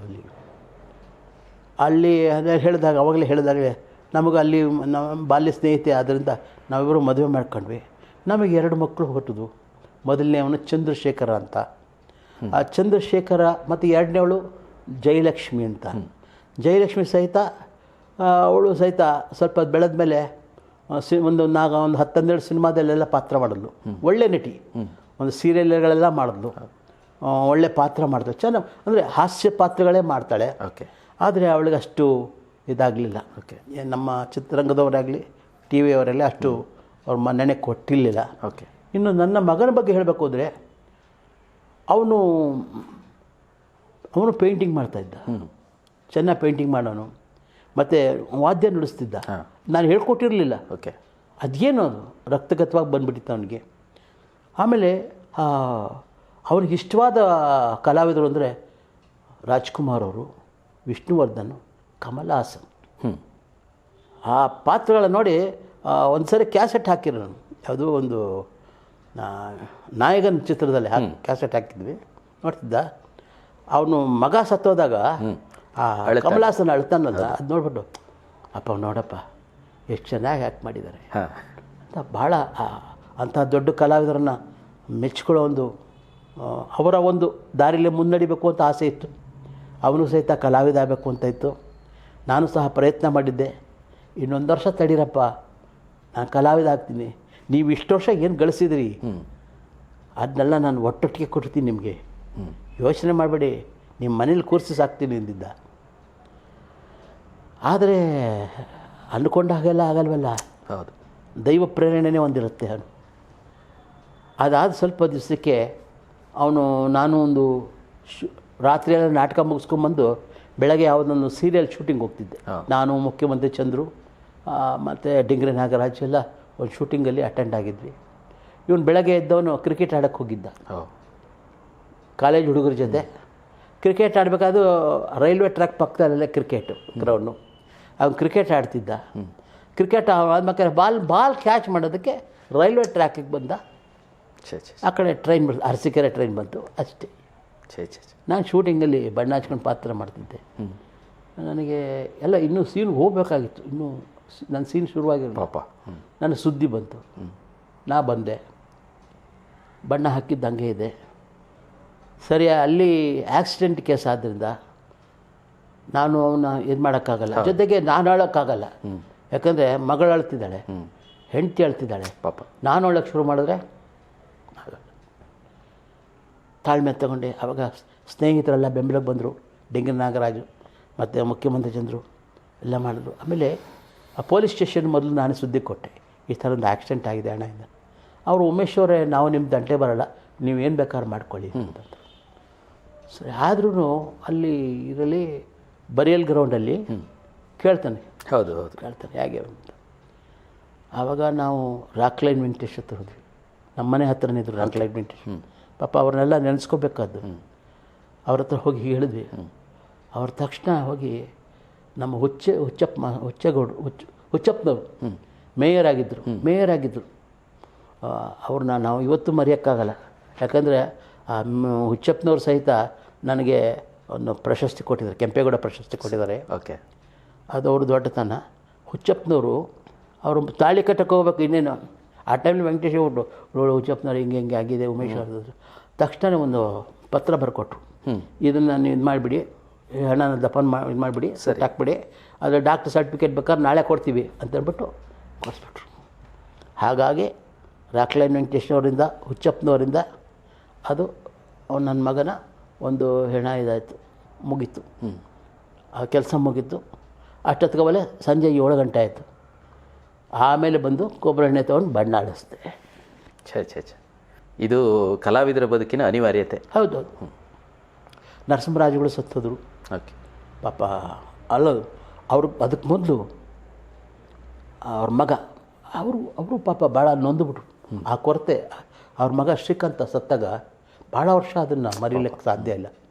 ನಾನು ಒಂದೊಂದು ಸಲ ಮರೆಯೋದು ನಾನು ಜ್ಞಾಪಿಸ್ಕೊಳ್ಳೋಲ್ಲ. ಯಾಕೆಂತಂದರೆ ಜ್ಞಾಪಿಸ್ಕೊಂಬಿಟ್ರೆ ಏನಿಲ್ಲ, ಜಾತಸ್ಯ ಮರಣಂ ಧ್ರುವಮ್ ಅಂತ ಹೇಳ್ತಾರೆ. ಸಾವು ಯಾರಿಗೂ ತಪ್ಪಿದ್ದಲ್ಲ. ನಾನು ಅದನ್ನೇ ಹೇಳ್ತಾ ಕೂತ್ಕೊಂಡ್ಬಿಟ್ರೆ ನನ್ನನ್ನು ನಾನೇ ಇದು ದಫನ ಮಾಡ್ಕೊಂಡಂಗೆ ನಾನು. ಅದಕ್ಕೆ ಅವೆಲ್ಲ ಮರೆತು ನನ್ನ ಹೆಂಡತಿ ಮಕ್ಕಳು ಸಮಾಧಾನ ಮಾಡಿ ಹೀಗೆ ನಾನು ನಡ್ಕೊಂಡು ಬಂದೆ. ಮನುಷ್ಯನ ಜೀವನದಲ್ಲಿ ಎಲ್ಲ ಒಂದು ಆಗೋ ಹೋಗಳು ಅದು ನನಗೆ ಆ ಟೈಮ್ನಲ್ಲಿ ಜ್ಞಾಪಕ ಬಂದಿದ್ದು ಅಂದರೆ ದಾರಾ ಬೇಂದ್ರೆ ಅವ್ರ ಮಾತು. ನೀ ಹಿಂಗೆ ನೋಡಬೇಡ ಅವರು ಅಲ್ಲ, ದಾರಾ ಬೇಂದ್ರೆ ಅವರು ಮಗ ಸತ್ತೋಗ್ಬಿಡ್ತಾನೆ ಒಂದು ಸರಿ. ಆವಾಗ ಅವರು ಹೇಳ್ತಾರೆ, ಮಗನ ಕಳ್ಕೊಂಡವನ ಪೈಕಿ ನಾನೇ ಮೊದಲವನಲ್ಲ, ನಾನೇ ಕೊನೆಯವನಲ್ಲ ಅಂತ. ಅಂಥ ಸಾಹಿತಿಗಳೇ ಹಾಗೆ ಹೇಳಿರ್ಬೇಕಾರೆ, ದೊಡ್ಡ ಸಾಹಿತಿಗಳೇ, ಮತ್ತು ನಾವೇನು ತೃಣ ಸಮಾನರು ನಾವೆಲ್ಲ. ಹೀಗೆ ಅನುಭವಗಳೆಲ್ಲ ಹೀಗೆ ಆಗ್ತಿದೆ ಸರ್. ಎಷ್ಟು ಈಗ ಉಮೇಶ್ ಅವರು ಉತ್ತಮ ಕಲಾವಿದರು, ಹಾಸ್ಯ ಕಲಾವಿದರು, ಹಾರ್ಮೋನಿಯಂ ವಾದಕರು, ಪೇಂಟರ್ ಎಲ್ಲ ಗೊತ್ತು. ಬಟ್ ಇದು ಕೆಲವು ಜನಗಳಿಗೆ ಗೊತ್ತಿಲ್ಲದೆ ಇರೋವಂಥ ಇನ್ನೊಂದು ಆಯಾಮ, ಇನ್ನೊಂದು ಮುಖನೂ ಇದೆ. ತಂತ್ರಜ್ಞರಾಗಿಯೂ ನೀವು ಕೆಲಸ ಮಾಡಿದ್ದೀರಾ, ಸಾಕಷ್ಟು ಚಿತ್ರಗಳಿಗೆ, ಕಿರುಚಿತ್ರಗಳಿಗೆ ಸಂಭಾಷಣೆ ಹಾಡುಗಳು ಎಲ್ಲ ಕೊಟ್ಟಿದ್ದೀರಾ ಅಂತಂತ ಸಾಕಷ್ಟು ಜನಕ್ಕೆ ಗೊತ್ತಿಲ್ಲ. ಅದ್ರ ಬಗ್ಗೆ ಒಂದಷ್ಟು ಹೇಳಿ ಸರ್. ನಾನು ಸ್ವಲ್ಪ ಬರಹಗಾರ ಆಗಿದ್ದು, ಸ್ವಲ್ಪ ಓದು ಜಾಸ್ತಿ. ನಾನು ಸಾಹಿತಿಗಳದ್ದು ಸ್ವಲ್ಪ ಎಲ್ಲ ಸಾಹಿತಿಗಳು ಓದ್ತೀನಿ. ಅದರಲ್ಲಿ ಬೀಚಿಯವ್ರ ಸಾಹಿತ್ಯ ಎಲ್ಲ ಸರಿಯಾಗಿ ಹೋಗಿ ಚೆನ್ನಾಗಿ ಓದಿದ್ದೆ. ಅದನ್ನು ಓದಿದಾಗ ನನಗೊಂದು ಸ್ವಲ್ಪ ಬರವಣಿಗೆ ಇತ್ತು ನನಗೆ. ಓಕೆ. ಒಂದು ಅನೇಕ ಒಂದು ಧಾರಾವಾಹಿಗಳೆಲ್ಲ ಬರೆದು, ಒಂದು 30-40 ಧಾರಾವಾಹಿಗಳು ಬರೆದು ಅದಕ್ಕೆ ಸಂಗೀತ ನಿರ್ದೇಶನ ಮಾಡಿ ಡೈರೆಕ್ಷನ್ ಮಾಡಿದ್ದೀನಿ. ಓಕೆ. 3 ಟೆಲಿಫಿಲಮ್ ಬರೆದು ಅದಕ್ಕೆ ಡೈರೆಕ್ಷನ್ ಮಾಡಿದ್ದೀನಿ. ಮತ್ತು ಒಂದು ಚಿತ್ರ ಮಾತ್ರ ಇದು ಬಾಂಬುಗಳಂತ, ಅದಕ್ಕೆ ಕತೆ, ಚಿತ್ರಕಥೆ, ಸಂಭಾಷಣೆ ಎಲ್ಲ ಬರೆದಿದ್ದೀನಿ ನಾನು. ಓಕೆ. ಆಮೇಲೆ ರಾಜ್ಕುಮಾರ್ ಅವರೊಂದು ಹಾಡಿದ್ದಾರೆ, ನಾನು ಬರೆದಿದ್ದು. ಹಲೋ ಸಿಸ್ಟರ್ ಅನ್ನೋ ಚಿತ್ರದಲ್ಲಿ ಮಾಲಾಶ್ರೀ ಅವರಿಗೆ Malashri title song. Okay. Sai Prakash director ಅದಕ್ಕೆ. ಓಕೆ. ಅದರಲ್ಲಿ ನಾನೊಂದು ಬರೆದಿದ್ದೀನಿ. ನಾನು ರಂಗಭೂಮಿಗೆ ಸಂಬಂಧಪಟ್ಟ ಅದೇ ಹೊರತು ವಿಭಿನ್ನ ಪಾತ್ರಗಳಲ್ಲಿ ಮಾಲಾಶ್ರೀ ಅವರು ಕಾಣಿಸ್ಕೋತಾರ ಅದರಲ್ಲಿ ಟೈಟ್ಲ್ ಸಾಂಗ್ ಮಾತ್ರ ರಾಜ್ಕುಮಾರ್ ಅವ್ರು ಹಾಡಿದ್ದಾರೆ. ನಾ ಬರೆದ ಸಾಹಿತ್ಯಕ್ಕೆ ರಾಜ್ಕುಮಾರ್ ಅವ್ರು ಹಾಡಿದ್ದಾರೆ. ಹೀಗೆ ಬರವಣಿಗೆ ಅದೇ ಥರ ಆ ಬರವಣಿಗೆ ಇದ್ದಿಂದ ನಾಟಕಗಳಿಗೆ ಬರೆದಿದ್ದೀನಿ. 2-3 ನಾಟಕ ಬರೆದಿದ್ದೀನಿ. ಮಂಡ್ಯ ರಮೇಶನ ಅವ್ರಿಗೊಂದು ಅವ್ರಿಗೊಂದು ನಾಟಕ ಬರ್ಕೊಟ್ಟಿದ್ದೆ. ಆಮೇಲೆ ನಾನೇ ನಾಟಕ ಬರೆದು ಎಲ್ಲ ಬೇಕಾದಷ್ಟು ಆಡಿದ್ದಾರೆ ಅದನ್ನು. ಓಕೆ. ಹೀಗೆ ಬರವಣಿಗೆ ಆಗಾಗ್ಗೆ ಎಲ್ಲ ಇರುತ್ತೆ. ಕೆಲವು ಸಿನಿಮಾಗಳಿಗೆ ಪಾರ್ಟ್ ಆಫ್ ಸೀನ್ಸ್ ಎಲ್ಲ ಬರೆದು ಡೈರೆಕ್ಟ್ ಮಾಡಿದ್ದೀನಿ ನಾನು. ಓಕೆ. ಬಟ್ ನನ್ನ ಹೆಸರು ಹಾಕ್ಕೊಂಡಿಲ್ಲ ನಾನು, ಬರೀ ದುಡ್ಡು ಮಾತ್ರ ಇಸ್ಕೊಂಡಿದ್ದೀನಿ. ಸರಿ ಸರ್, ಇನ್ನೊಂದು ನಿಮ್ಮಿಂದ ರಹಸ್ಯ ತಿಳ್ಕೊಬೇಕು ನಾವು. ಈಗಲೂ ಇಷ್ಟು ಚಟುವಟಿಕೆಯಿಂದ ಲವಲವಿಕೆಯಿಂದ ಇದ್ದೀರಾ, ಇದರ ಹಿಂದಿನ ರಹಸ್ಯ ಒಂದು. ಎರಡನೇದು, ನೀವು ಈಗ ಈ ಸಂದರ್ಶನದಲ್ಲೇ ಹೇಳ್ತಾ ಒಂದೆರಡು ಮಟ್ಟುಗಳು ಹೇಳಿದ್ರಿ. ನಿಮ್ಮ ವಾಯ್ಸ್ ತುಂಬ ಮಧುರವಾಗಿದೆ. ನಿಮ್ಮ ಸಿನಿಮಾದಲ್ಲೇ ಆಗಲಿ, ಈಗ ಬರ್ತಿರೋದಲ್ಲಾಗಲಿ, ಅದನ್ನು ಒಂದು ನಿಮ್ದು ಯಾವುದೇ ಪಾತ್ರಕ್ಕಿರ್ಬೋದು, ನಿಮ್ಮ ಕೈಲೇ ಒಂದು ಹಾಡಿಸುವಂಥದ್ದು ಯಾವುದೋ ಪ್ರಯತ್ನಗಳಾಗಿಲ್ವಾ? ಇಲ್ಲ, ಎಕ್ಸ್ಕ್ಲೂಸಿವ್ ಆಗಿ ನಿಮ್ಮಿಂದಲೇ ಇಲ್ಲ. ಅದರಲ್ಲಿ ನಾನು ಬಹಳ ಕೇಳ್ಕೊಂಡೆ. ನಮ್ಮ ಗೆಳೆಯರೇ ಇದ್ದರು ಮ್ಯೂಸಿಕ್ ಡೈರೆಕ್ಷನಲ್ಲಿ, ಅವ್ರನ್ನ ಬಹಳ ಕೇಳ್ಕೊಂಡೆ. ಹಾಡಿಸ್ಲಿಲ್ಲ ಅಷ್ಟೇ. ಅದು ಯಾಕೆ ಅಂತಂದರೆ ಒಂದು ಜೋಕ್ ಇದೆ. ಏನಂದರೆ, ಒಬ್ಬ ಕೇಳ್ತಾನೆ, ಏನ್ರಿ ನಿನ್ನೆ ಪಿಟೀಲ್ ಚೌಡಯ್ಯನವ್ರದ್ದು ವೈಲಿನ್ ಕೇಳಿದ್ರೇನ್ರಿ? ತುಂಬ ಕೇಳಿದೆ ಸರ್. ಕೇಳಿದ್ಯಾ? ತುಂಬ ಕೇಳಿದೆ, ಆದರೆ ನಾ ಕೊಡಲ್ಲ, ಇರೋದೇ ಒಂದು ಅಂತಂದರು ಅಂತ. ಆ ಥರ ನಮ್ಗೆ ಯಾರು ಅವಕಾಶ ಕೊಡಲಿಲ್ಲ. ಆದರೆ ಧ್ರುವ ಅದರಲ್ಲಿ ಮಾತ್ರ ನಮ್ಮ ಇವರು ಒಂದು ಧ್ರುವ ಸಿನಿಮಾದಲ್ಲಿ ನಮ್ಮ ದರ್ಶನ್ ಅದರಲ್ಲಿ ಒಂದು ಪೀಸ್ ಮಾತ್ರ ಹಾಡಿದ್ದೀನಿ. ಓಕೆ. ಮತ್ತು ಮತ್ತಾರು ಅಂತ ಧೈರ್ಯ ಮಾಡಿಲ್ಲ ಹಾಡೋದಕ್ಕೆ. ಹೆದರಿಕೆ ಅವ್ರಿಗೂ. ಓಕೆ ಸರ್, ಮತ್ತೆ ಒಂದು ಸೆಕೆಂಡ್ ಫ್ಲ್ಯಾಶ್ ಬ್ಯಾಕಿಗೆ ಹೋಗೋಣ. ಮಕ್ಕಳ ರಾಜ್ಯ ಫಿಲಮಿಗೆ ಸಂಬಂಧಪಟ್ಟ ಹಾಗೆ ಅದರಲ್ಲಿ ಆಗಿನ ಕಾಲಕ್ಕೇನೆ ಶಿವಾಜಿ ಗಣೇಶನ್ ಅವರು ಅದರಲ್ಲಿ ಅದರಲ್ಲಿ ಸೈಂಟಿಸ್ಟ್ ಪಾತ್ರ ಮಾಡಿದ್ರು, ಮತ್ತೆ ಅದರಲ್ಲಿ ಬಾಹ್ಯಾಕಾಶಕ್ಕೆ ಇದು ಮಾಡೋದು, ಆ ಥರದ ಕಲ್ಪನೆಗಳನ್ನೆಲ್ಲ ತಂದಿತ್ತು. ಅದ್ರ ಬಗ್ಗೆ ಏನಾದ್ರು ಸ್ವಲ್ಪ ಅನುಭವಗಳು ಹೇಳ್ಕೊಳ್ಳೋದು? ಅವರ ಒಂದು ನಮ್ಮ ನಿರ್ದೇಶಕರು, ನಿರ್ಮಾಪಕರು, ಕಲಾವಿದರು ಆದ ಪಂತುಲವರು ಇರೋದಲ್ಲ, ಅವರ ಒಂದು ಥಾಟ್ಸೇ ಬೇರೆ, ಓಕೆ, ಅವರ ಥಿಂಕ್ಸ್ ಬೇರೆ. ಅವ್ರಿಗೆ ಏನು ಅನ್ಬೇಕು ಅಂತ ಅದನ್ನು ಸಾಹಿತಿಗಳನ್ನ ಕೂರಿಸ್ಕೊಂಡು ಬರೆಸ್ತಾಯಿದ್ರು. ಅವ್ರ ಮಕ್ಕಳು ನೋಡಿ, ಅವರು ಫಸ್ಟು ಸ್ಕೂಲ್ ಮಾಸ್ಟ್ರು ಚಿತ್ರ ತೆಗೆದ್ರು, ಬಹಳ ಯಶಸ್ವಿ ಆಯ್ತು. ಅದಕ್ಕೆ ರಾಷ್ಟ್ರ ಪ್ರಶಸ್ತಿ ಎಲ್ಲ ಬಂತದಕ್ಕೆ. ಹೌದು, ಅದೇ ಥರ ಆದ ಸ್ಫೂರ್ತಿಯಿಂದಲೇ ಮಕ್ಕಳ ರಾಜ್ಯ ಅಂತ, ಮಕ್ಕಳ ರಾಜ್ಯದಿಂದಲೇ ಒಂಥರ ಅದು ಫೋಕ್ಲರ್ ತಪ್ಪ, ಓಕೆ, ಆ ಥರದ ಮಾಡಬೇಕು ಅಂತ ಮಾಡಿದ್ರು. ಅದರಲ್ಲಿ ಆ ಮಕ್ಕಳು ಇದೊಂಥರ ಇದೆ, ಮಕ್ಕಳಿಗೊಂಥರ ಸಂತೋಷ ಬೇಕಲ್ಲ. ಚಂದ್ರಲೋಕಕ್ಕೆ ಹೋದ ಮಾಡಿದ ಫ್ಯಾಂಟಸಿ. ನನಗೆ ಸಡನ್ನಾಗಿ ಇಂಗ್ಲೀಷ್ ಬರೋದಿಲ್ಲ ನನಗೆ. ನಾನು ಯಾಕೆ ಅಂತಂದರೆ ನಾನು ಓದೋದಿಲ್ಲ ಹೆಚ್ಚಿಗೆ. ಫ್ಯಾಂಟಸಿ ಅದೆಲ್ಲ ಅವ್ರ ತಲೆ ಇತ್ತು. ಆ ಚಂದ್ರಲೋಕಕ್ಕೆ ಹೋಗೋದು, ಇದೆಲ್ಲ ಮಾಡೋದು. ಅಲ್ಲೇ ನರಸಿಂಹರಾಜುಗಳು ಮಧುಪಾನ ಗಾನ ಸುಧಾ ಹಾಡೋದು, ಅವೆಲ್ಲ ಒಂದು ಅವ್ರ ಕಲ್ಪನೆ. ಅದನ್ನು ಮಾತ್ರ ಕಲರಲ್ಲಿ ಮಾಡಿದ್ರು.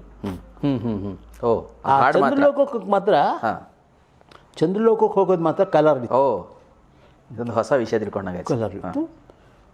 ಆಮೇಲೆ ಇನ್ನೊಂದು ಸಂತೋಷ ಏನಪ್ಪ ಅಂದರೆ, ನಮಗೊಂದು ಹೆಮ್ಮೆ, ನಾವೊಂದು ಅದೃಷ್ಟವಂತರು ಅಂತ ಹೇಳೋದಕ್ಕೆ, ಆಗಿನ ಕಾಲದಲ್ಲಿ ಶಿವಾಜಿ ಗಣೇಶನ್ ಅಂತಂದರೆ ನಮ್ಮ ದಕ್ಷಿಣ ಚಲನಚಿತ್ರರಂಗಕ್ಕೆ ಒಂದು ದೊಡ್ಡ ಕಲಾವಿದರು ಅವರು. ಪಂತುಲೂರವರ ಅನೇಕ ಕನ್ನಡ ಚಿತ್ರಗಳಲ್ಲಿ ಅವರು ಪಾತ್ರ ಮಾಡ್ತಿದ್ರು. ಸ್ಕೂಲ್ ಮಾಸ್ಟರ್ಲ್ಲೂ ಮಾಡಿದ್ದಾರೆ. ಮತ್ತು ಅವರು ಕಟ್ಟಬೊಮ್ಮನ್ನು ಮತ್ತು ಇನ್ನೂ ಇಂಥ ದೊಡ್ಡ ದೊಡ್ಡ ಚಿತ್ರಗಳೆಲ್ಲ ಮಾಡಿದ್ದಾರೆ. ಭಾಳ ಒಳ್ಳೆಯ ಕಲಾವಿದರು ಅವರು ಅದರಲ್ಲಿ ಸೈಂಟಿಸ್ಟ್ ಮಾಡಿದ್ದಾರೆ ಮಕ್ಕಳ ರಾಜ್ಯದಲ್ಲಿ. ಶಿವಾಜಿ ಗಣೇಶರು ನಮಗೊಂದು ಸುಯೋಗ, ಅವ್ರ ಜೊತೆಲಿ ಮಾಡೋ ಒಂದು ಅವಕಾಶ ಸಿಕ್ತು, ಮಾಡಿದ್ವಿ.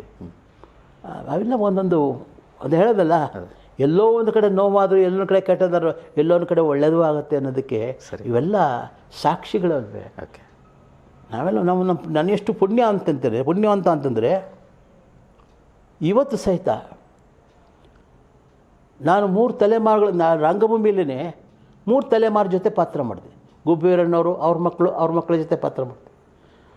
ಮಾಸ್ಟರ್ ಹಿರಣ್ಣಯ್ಯನವರು ಅವ್ರ 3 ಜೊತೆ ಮಾಡಿದೆ. ಅದೇ ಥರ ಸಿನಿಮಾ ರಂಗದಲ್ಲೂ 3 ತಲೆಮಾರು ಜೊತೆ ಪಾತ್ರ ಮಾಡಿದ್ದೀನಿ ನಾನು. ರಾಜ್ಕುಮಾರ್ ಅವರು ಅವ್ರ ಮಕ್ಕಳ ಜೊತೆಲೂ ಪಾತ್ರ ಮಾಡಿದ್ದೀನಿ. ಮತ್ತು ಈಗ ಅಂದಿನ ಹಿರಿಯ ನಿರ್ದೇಶಕರು, ನಿರ್ಮಾಪಕರ ಜೊತೆ ಕೆಲಸ ಮಾಡಿದ್ದೀನಿ. ಈಗಿನ ಯುವ ನಿರ್ದೇಶಕರು, ನಿರ್ಮಾಪಕರ ಜೊತೆ ಕೆಲಸ ಮಾಡಿದ್ದೀನಿ. ಈ ಪುಣ್ಯ ಯಾರಿಗೆ ಸಿಗುತ್ತೆ ಅಲ್ವಾ? ನಮ್ಮ ಪುಣ್ಯ ಅಲ್ವೇ? ಹೌದು ಸರ್. ಇನ್ನೂ ಅವ್ರ ಜೊತೆಲೆಲ್ಲ ಕೆಲಸ ಮಾಡ್ತಿದ್ವಿ ಅಂದಮೇಲೆ ಅದು ನಿಜವಾಗ್ಲೂ ಆ ಸರಸ್ವತಿಯ ಪೂರ್ಣ ಕಟಾಕ್ಷ ಅಂತ ಹೇಳುವುದಕ್ಕೆ. ಈಗ ನಿಮ್ಮ ಈ ವಯಸ್ಸಲ್ಲೂ ನೀವು ಚಟುವಟಿಕೆ ಆಗಿರೋದರ ಹಿಂದಿನ ರಹಸ್ಯ ಹೇಳಬೇಕು. ಏನಿಲ್ಲ ಸರ್, ನಮ್ಮ ಪರಿಸರದಲ್ಲೂ ಸಹಿತ, ಪರಿಸರ ಅಂದರೆ ನಮ್ಮ ಕಲಾ ಪರಿಸರ ಇರ್ಬೋದು ಅಥವಾ ನಾವಿರುವ ಪರಿಸರ ಇರ್ಬೋದು, ಎಲ್ಲರೂ ನನಗೆ ಭಾಳ ಒಂದು ಸ್ವಲ್ಪ ಬೇಸರ ಇದೆ, ನೋವಾಗುತ್ತೆ, ಆಗುತ್ತೆ. ಆದರೆ ನನಗೆ ದೇವರು ಒಂದು ವರ ಕೊಟ್ಟಿದ್ದಾನೆ, ಮರವಿನ ಸ್ವಭಾವ. ಆ ಮರವು ಏನಂತಂದರೆ, ಒಂದೊಂದು ಸಾರಿ ಬಚ್ಚನ ಮನೆಗೆ ಹೋದರೆ ಟೂತ್ ಪೇಸ್ಟ್ ಅಂದ್ಬಿಟ್ಟು ಶೇವಿಂಗ್ ಪೇಸ್ಟ್ ಬಾಯಿಗೆ ಇಟ್ಕೊಂಡ್ಬಿಡ್ತೀನಿ. ಆಮೇಲೆ ಚೊಂಬು ತೊಗೊಂಡೋಗ್ಬಿಟ್ಟು ಬಚ್ಚನ ಮನೆಗೆ ಅಡುಗೆ ಮನೆಗೆ ಹೊಟ್ಟೋಗ್ಬಿಡ್ತೀನಿ. ಈ ಥರ ಸ್ವಲ್ಪ ಮರುವಿರೋದ್ರಿಂದ ಅದನ್ನೆಲ್ಲ ಆ ಕ್ಷಣ ನೋವಾದರೂ ಸಹಿತ, ಯಾವುದೇ ನೋವಾಗಲಿ, ಪರಿಸರದಲ್ಲೇ ಆಗಲಿ ನಮ್ಮ ಇದರಲ್ಲೇ ಆಗಲಿ ನೋವಾದರೂ ಸಹಿತ ಅದು ಮರೆತು ಬಿಡ್ತೀನಿ. ಓಕೆ. ಮತ್ತು ಇನ್ನೊಂದು ಏನಪ್ಪ ಅಂತಂದರೆ, ನನಗೆ ಯಾವುದೇ ಭಾಷೆದಾಗಲಿ, ಹಿಂದಿ ಆಗಲಿ, ತಮಿಳಾಗಲಿ, ತೆಲುಗಾಗಲಿ, ಕನ್ನಡ ಆಗಲಿ, ಆ ಸಂಗೀತ, ಒಂದು ಹಿಂದೂಸ್ತಾನಿ ಸಂಗೀತ ಇರ್ಬೋದು, ಮತ್ತು ಶಾಸ್ತ್ರೀಯ ಕನ್ನಡ ದಕ್ಷಿಣಾದಿ ಸಂಗೀತ ಇರ್ಬೋದು, ಮತ್ತು ಸಿನಿಮಾ ಸಂಗೀತ ಇರ್ಬೋದು, ಚೆನ್ನಾಗಿದೆ ಅನ್ಬೇಕಾದ್ರೆ ಯಾವುದೇ ಭೇದ ಭಾವ ಇಲ್ಲ. ಓಕೆ, ಹೌದು. ಅದು ಚೆನ್ನಾಗಿದ್ದರೆ ಎಲ್ಲೆಲ್ಲೇ ಅದು ಕೇಳ್ತಾ ಇರ್ತೀನಿ, ಅದು ಮೆಲಕ್ಕೆ ಹಾಕ್ತಾ ಇರ್ತೀನಿ. ಮತ್ತು ಪುರ್ಸೊತ್ತು ಸಿಕ್ಕಿದಾಗ ನಾನು ಪೇಪರ್ ಓದ್ತೀನಿ. ಪೇಪರ್ ಓದ್ತೀನಿ. ಆ ಪೇಪರ್ ಓದಿದಾಗ ನಾನು ಏಕೆಂದರೆ, ನಾನು ಇವತ್ತು ನನಗೇನು ಬರಹಗಾರ ಅಂತ ಹೇಳಿದ್ರು ಸಹಿತ ನನಗಿಷ್ಟು ಅಷ್ಟು ಪಾಂಡಿತ್ಯ ಅಲ್ಲ, ನಾನೇನು ಅಲ್ಲ, ಆದರೂ ಓದ್ತೀನಿ ತಿಳ್ಕೊಳ್ಳೋಕ್ಕೋಸ್ಕರ. ತಿಳ್ಕೊಳ್ಳೋಕೆ ಹೋಗ್ತೀನಿ. ಆಮೇಲೆ ಪ್ರತಿಯೊಂದು ಸಿನಿಮಾಗಳು ನೋಡ್ತೀನಿ ನಾನು. ಟಿ ವಿಲಿ ಸಿನಿಮಾಗಳು ನೋಡ್ತೀನಿ. ಅದರಲ್ಲಿ ಸಿನಿಮಾ ನೋಡಿದಾಗ ಅಲ್ಲಿ ಕತೆ ಹುಡುಕ್ತೀನಿ ನಾನು. ಕತೆ ಹುಡುಕ್ತೀನಿ. ಕೆಲವರು ನಾಯಕರಲ್ಲಿ ಒಳ್ಳೊಳ್ಳೆ ನಾಯಕರು ಇರ್ತಾರೆ, ಅಲ್ಲಿ ಕತೆ ಇರೋಲ್ಲ. ಕೆಲವು ಸಿನಿಮಾಗಳ ಕಥೆ ಇರುತ್ತೆ, ನಾಯಕರಿರಲ್ಲ. ಬಟ್ ಹೀಗೆ ಏನೋ ಒಂದು ತಮಾಷೆಯಾಗಿ ನಾನು ಒಂದೊಂದ್ಸರಿ ನಾನೇ ಹುಚ್ಚಿನಂಗೆ ಒಂದೊಂದ್ಸರಿ ಒಬ್ಬನೇ ಕೂತ್ಕೊಂಡು ಏನೋ ಆಲೋಚನೆ ಮಾಡ್ತಿರ್ತೀನಿ, ಹಳೆಯದನ್ನೆಲ್ಲ ನೆನೆಸ್ಕೊಳ್ತಿರ್ತೀನಿ. ಆ ದೊಡ್ಡ ದೊಡ್ಡ ಕಲಾವಿದರು ಇದ್ರು, ರಂಗಭೂಮಿಲಿದ್ದರು, ಹಿರಣ್ಣಯ್ಯನವರು, ಅವರು ಇವರು, ವೀರಣ್ಣವರು ಮತ್ತು ಶ್ರೀಕಾಂತ್ ಮೂರ್ತಿಗಳು ಅವರ ಯೋಗಾನಂದ ಮೂರ್ತಿಗಳು, ಅವರೆಲ್ಲ ಜ್ಞಾಪಿಸ್ಕೊತಾ ಇರ್ತೀನಿ. ಅದನ್ನೆಲ್ಲ ಅವ್ರ ಜೊತೆ ಮಾತಾಡಿದ್ದು ಮತ್ತು ಹಾಡಿದ್ದು ಇದೆಲ್ಲ ಗುಣಗುಣಿಸ್ತಾ ಇರ್ತೀನಿ. ಅದೆಲ್ಲ ಆದಾಗ ನಮಗೂ ಏನೋ ಸ್ವಲ್ಪ ಅದೆಲ್ಲ ಆ ವಯಸ್ಸು ಏನೋ ಗೊತ್ತಿಲ್ಲ, ನನಗೆ ವಯಸ್ಸಾಗಿದೆ ಅಂತ ನಾನು ತಿಳ್ಕೊಂಡಿಲ್ಲ. ಇವಾಗ ಎಲ್ಲರೂ ಹಿರಿಯರು, ನೀವು ಹಿರಿಯರು ಅಂತ ಅಂದಾಗಲೇ ನನಗೆ ಗೊತ್ತು, ನನಗೂ ವಯಸ್ಸಾಗಿದೆಯಪ್ಪೋ ಅಂತ. ನಾನು ಹಿರಿಯ ಅಂತ ನಾನು ತಿಳ್ಕೊಂಡಿಲ್ಲ. ನನಗಿಂತ ಕಿರಿಯರಿಲ್ಲ, ನನಗಿಂತ ಹಿರಿಯಲ್ಲ ಕೂಡಲ ಸಂಗಮ ದೇವ ಅಂತ. ಆದರೆ ಬಹುಶಃ ನನಗೆ ಆ ಸ್ವಲ್ಪ ಹಾಸ್ಯ ಪ್ರವೃತ್ತಿ ಇದರಿಂದ, ಅದು ಅವರ ಒಂದು ಹಿರಿಯ ಹಾಸ್ಯ ಕಲಾವಿದರ ಒಂದು ಸಂಪರ್ಕದಿಂದ, ಅವರ ಆಶೀರ್ವಾದದಿಂದ ಸ್ವಲ್ಪ ಒಂದು ಹಾಸ್ಯದ ಒಂದು ಇದರಿಂದ ನಾನು ಸ್ವಲ್ಪ ಎಲ್ಲವನ್ನು ಮರೆಯೋದಕ್ಕೆ ಪ್ರಯತ್ನ ಮಾಡ್ತೀನಿ, ಮರ್ತು ಬಿಡ್ತೀನಿ, ನಗನಗ್ತಾ ಇರ್ತೀನಿ. ಒಂದು ಮುಖ್ಯವಾದ ಪ್ರಶ್ನೆ ಸರ್, ನಿಮ್ಮ ಪೀಳಿಗೆ ಏನು ಕಲಾವಿದರಿದ್ದೀರಿ ಅವರಿಗೆ ಈಗ ಅವಕಾಶಗಳು ಹೇಗೆ ಸಿಗ್ತಾ ಇದೆ? ಅದಕ್ಕೆ ಪೂರಕವಾದ ಇನ್ನೊಂದು ಪ್ರಶ್ನೆ ಅಂತಂದರೆ, ಸಂಭಾವನೆ ವಿಷಯದಲ್ಲಿ ತೃಪ್ತಿಕರವಾಗಿದೆಯಾ? ನಿರ್ದಿಷ್ಟವಾಗಿ ಪ್ರಶ್ನೆ ಕೇಳೋಕ್ಕೆ ಕಾರಣ ಏನು ಅಂತಂತಂದರೆ, ಅಭಿಮಾನಿಗಳು ಜನಸಾಮಾನ್ಯರಲ್ಲಿ ಒಂದು ಭಾವನೆ ಒಂದು ದಟ್ಟವಾಗಿ ಬೇರೂರು ಬಿಟ್ಟಿರುತ್ತೆ. ಏನಪ್ಪ ಅಂತಂದರೆ, ಫಿಲಮ್ ಸ್ಟಾರ್ಗಳೆಲ್ಲ ಗಂಧರ್ವ ಲೋಕದಿಂದ ಬಂದಿರೋರು ಜಗಮಗ ಅನ್ನೋ ಸೆಟ್ಟಲ್ಲಿ ಕೆಲಸ ಮಾಡ್ತಿರ್ತಾರೆ, ಅವ್ರ ಕಾರ್ಗಳಲ್ಲೇ ಓಡಾಡ್ತಾ ಇರ್ತಾರೆ, ಫ್ಲೈಟಲ್ಲೇ ಓಡಾಡ್ತಿರ್ತಾರೆ, ಅವ್ರ ಸಂಭಾವನೆಯೂ ಅದೇ ರೀತಿಯಲ್ಲೇ ಭವ್ಯವಾಗಿ ಇರುತ್ತೆ ಅನ್ನೋದೊಂದು ಗ್ರಹಿಕೆ. ಬಟ್ ಅದಕ್ಕೆ ಒಂದು ಕಪ್ಪು ಛಾಯೆ ಅನ್ನೋ ರೀತಿಯಲ್ಲಿ ಕಹಿ ಸತ್ಯ ಅನ್ನೋದು ಒಂದು ಇರುತ್ತೆ ಅಂತ, ಅದು ಎಲ್ಲ ಕ್ಷೇತ್ರಗಳಲ್ಲೂ ಇರುವಂಥದ್ದೇ. ನಿಮ್ಮ ಒಂದು ಕ್ಷೇತ್ರಕ್ಕೆ, ನಿಮ್ಮ ವಲಯಕ್ಕೆ ಸಂಬಂಧಪಟ್ಟಾಗಿ ಹೇಳೋದಾದರೆ, ಈಗಿನ ಪೀಳಿಗೆ ಅನ್ನೋದು ಏನು ಉದ್ಯಮದವ್ರು ಏನಿದ್ದಾರೆ, ಸಮಾಧಾನಕಾರ ರೀತಿಯಲ್ಲಿ ನಿಮಗೆ ಸಂಭಾವನೆ ಕೊಡ್ತಿದ್ದಾರಾ? ಅವಕಾಶಗಳ ಸುರಿಮಳೆ ಆಗ್ತಿದೆಯಾ? ಅವಕಾಶಗಳ ಸ್ಥಿತಿಗತಿ ಹೇಗಿದೆ ಅಂತಂತ?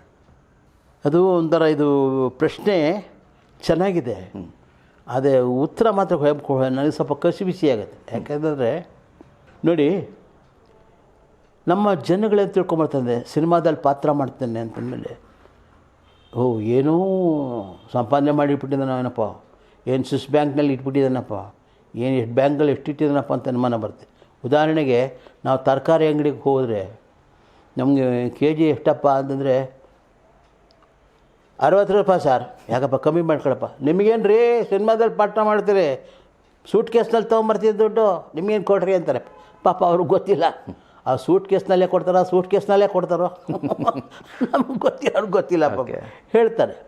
ಆದರೆ ಅದೇನೊಂದಂಗೆ ನಮ್ಮ ಗುಟ್ಟುಗಳನ್ನು ನಾವು ಹೇಳ್ಕೊಬಾರ್ದು. ಎಷ್ಟೋ ನಾನು ಆವಾಗ ಬಹಳ ವರ್ಷಗಳಿಂದ ಇದನ್ನಲ್ಲ, ಆವಾಗಲೂ ಸಹಿತ ಅವಕಾಶಗಳು ತುಂತುರು ಮಳೆ. ಇವಾಗ ಸ್ವಲ್ಪ ಬರಗಾಲ, ಒಂದು ಮಧ್ಯೆ ಒಂದು ತುಂತುರು ಮಳೆ, ಪ್ರವಾಹ ಯಾವತ್ತೂ ಬಂದಿಲ್ಲ ಕೆಲಸದಲ್ಲಿ. ಆದರೂ ಕೆಲವರು ನಿರ್ಮಾಪಕರು, ನಿರ್ದೇಶಕರು ಅವ್ರ ಮನಸ್ಸಿನಲ್ಲಿ ನಮ್ಮನ್ನ ಇಟ್ಕೊಂಡು ಕರಿತಿರ್ತಾರೆ. ಏನು ಮಾಡೋಕ್ಕಲ್ಲ, ನಾನು ಹೇಳಲ್ಲ, ಇದು ನಮ್ಮ ಕಾಲಕ್ಕೆ ಅಲ್ಲ. ನೋಡಿ, ನೀವು ಹಿಂದೆ ಭಗವಾನ್ ಅಂತ ಒಬ್ಬರಿದ್ದರು, ಭಗವಾನ್ ಅಂತ ಮಹಾನ್ ಕಲಾವಿದರು. ಅವರು ನಿರ್ಮಾಪಕರಾಗಿದ್ದರು, ನಿರ್ದೇಶಕರಾಗಿದ್ದರು. ಒಂದು ಕಾಲದಲ್ಲಿ ನೀವು ನೋಡಿರಂತ ಕಾಣುತ್ತೆ. ಅವರು ಬರ್ತಾ ಕೊನೆಗೆ ಪಾಪ ಅವಕಾಶಗಳಿಲ್ಲ. ಎಲ್ಲೋ ಒಂದು ಕಡೆ ಮನೆಯಲ್ಲೋ ಒಂದು ಕಡೆ ಯಾವುದೋ ಒಂದು ಸಣ್ಣ ಮನೇಲಿದ್ದರಂತೆ. ಆದರೂ ಚಿತ್ರರಂಗದವ್ರನ್ನ ಮರೀಲಿಲ್ಲ, ಕರೆದು ಒಂದೊಂದು ಸೀನ್ ಮಾಡಿಸೋರು. ಯಾವುದೋ ಒಂದು ಗುಂಪಲ್ಲಿ ಒಂದೊಂದು ಸೀನ್ ಬಂದು ಎಲ್ಲೆಲ್ಲಿ ಮಾಡೋಗೋರು ಭಗವಾನ್. ನನಗೆ ನೆನೆಸ್ತಾಗತ್ತೆ, ಅಂಥ ನಿರ್ದೇಶಕರು, ನಿರ್ಮಾಪಕರು ಅಂತ ಬೇರೆದು ಕಲಾವಿದರೆ. ಹಾಗಾದಮೇಲೆ ಇನ್ನು ನಾವೆಲ್ಲ ಯಾವ ಮಹಾಸ್ವಾಮಿ, ಇಷ್ಟರ ಮಟ್ಟಿಗೆ ಇದೀವಲ್ಲ, ಅಷ್ಟೇ ಸಂತೋಷ. ಅದು ಅವಕಾಶಗಳ ವಿಷಯ ಆಯಿತು ಸರ್. ಸಂಭಾವನೆ ವಿಷಯದಲ್ಲಿ ಹೇಳೋದಾದರೆ ತೃಪ್ತಿದಾಯಕವಾಗಿದೆಯಾ, ಸಮಾಧಾನಕರವಾಗಿದೆಯಾ? ಸಂಭಾವನೆನೇ ಇಲ್ಲದೆ ಇದ್ಮೇಲೆ ಸಂಭಾವನೆ ಹೆಂಗೆ ಬರುತ್ತೆ ಸರ್? ಭಾವನೆಯೂ ಇರಬೇಕಲ್ಲ. ಹೌದು, ಕಲಾವಿದ ಇವ್ರು ಇಷ್ಟು ಕೊಡಬೇಕು ಅಂತ ಭಾವನೆ ಇರಬೇಕಲ್ಲ. ಅದೇ ಆ ಭಾವನೆಯೇ ಸ್ವಲ್ಪ ವ್ಯತ್ಯಾಸ ಆದರೆ ಏನು ಮಾಡೋಕ್ಕಾಗಲ್ವಲ್ಲ. ಅಲ್ಲಿಗೆ ಸಂಭಾವನೆ. ಓಕೆ. ಸೊ ಇದು ಕೆಲವೇ ಸಾಲುಗಳು ಈ ಕಹಿ ಸತ್ಯನ ಸಾಕಷ್ಟು ಹೇಳುತ್ತೆ, ಒಪ್ಕೊಳ್ಳೇಬೇಕಲ್ಲ. ಸತ್ಯ ಯಾವತ್ತೂ ಸತ್ಯನೇ. ಸೂರ್ಯ ಕರೆಕ್ಟು. ಸರ್, ಈಗ ಉಮೇಶ್ ಅವರು ಚಿತ್ರರಂಗಕ್ಕೆ ಬಂದು ಬರೋಬ್ಬರಿ 60 ವರ್ಷಗಳು ಆಗೋಯ್ತು. ಹೌದೌದು. ಇದು ಯಾವುದೇ ಒಬ್ಬ ಕಲಾವಿದನ ಜೀವನದಲ್ಲಾಗಲಿ ಒಬ್ಬ ಸಾಮಾನ್ಯ ವ್ಯಕ್ತಿ ಜೀವನದಲ್ಲೇ ಆಗಲಿ 60 ವರ್ಷ ಒಂದು ಕಡೆ ಒಂದು ಇದರಲ್ಲಿ ಕಳೆಯುವುದು ಅಂದರೆ ಅದಕ್ಕೊಂದು ಭಾರಿ ಮಹತ್ವ ಇದೆ. ನೀವು ಈ ಒಂದು ಸಿಂಹಾವಲೋಕನ ಮಾಡಿದಾಗ ಈ 60 ವರ್ಷ ನಿಮಗೆ ಹೇಗೆ ಅನಿಸುತ್ತೆ? ಆ ಚಿತ್ರ ಬಿಡುಗಡೆ ಆಗಿದ್ದು 60ನೇ ಇಸ್ವಿಲಿ ಆಗಸ್ಟು 12ನೇ ತಾರೀಕು. ಈ ಆಗಸ್ಟಿಗೆ 12ನೇ ತಾರೀಕಿಗೆ 60 ವರ್ಷ ಆಗುತ್ತೆ.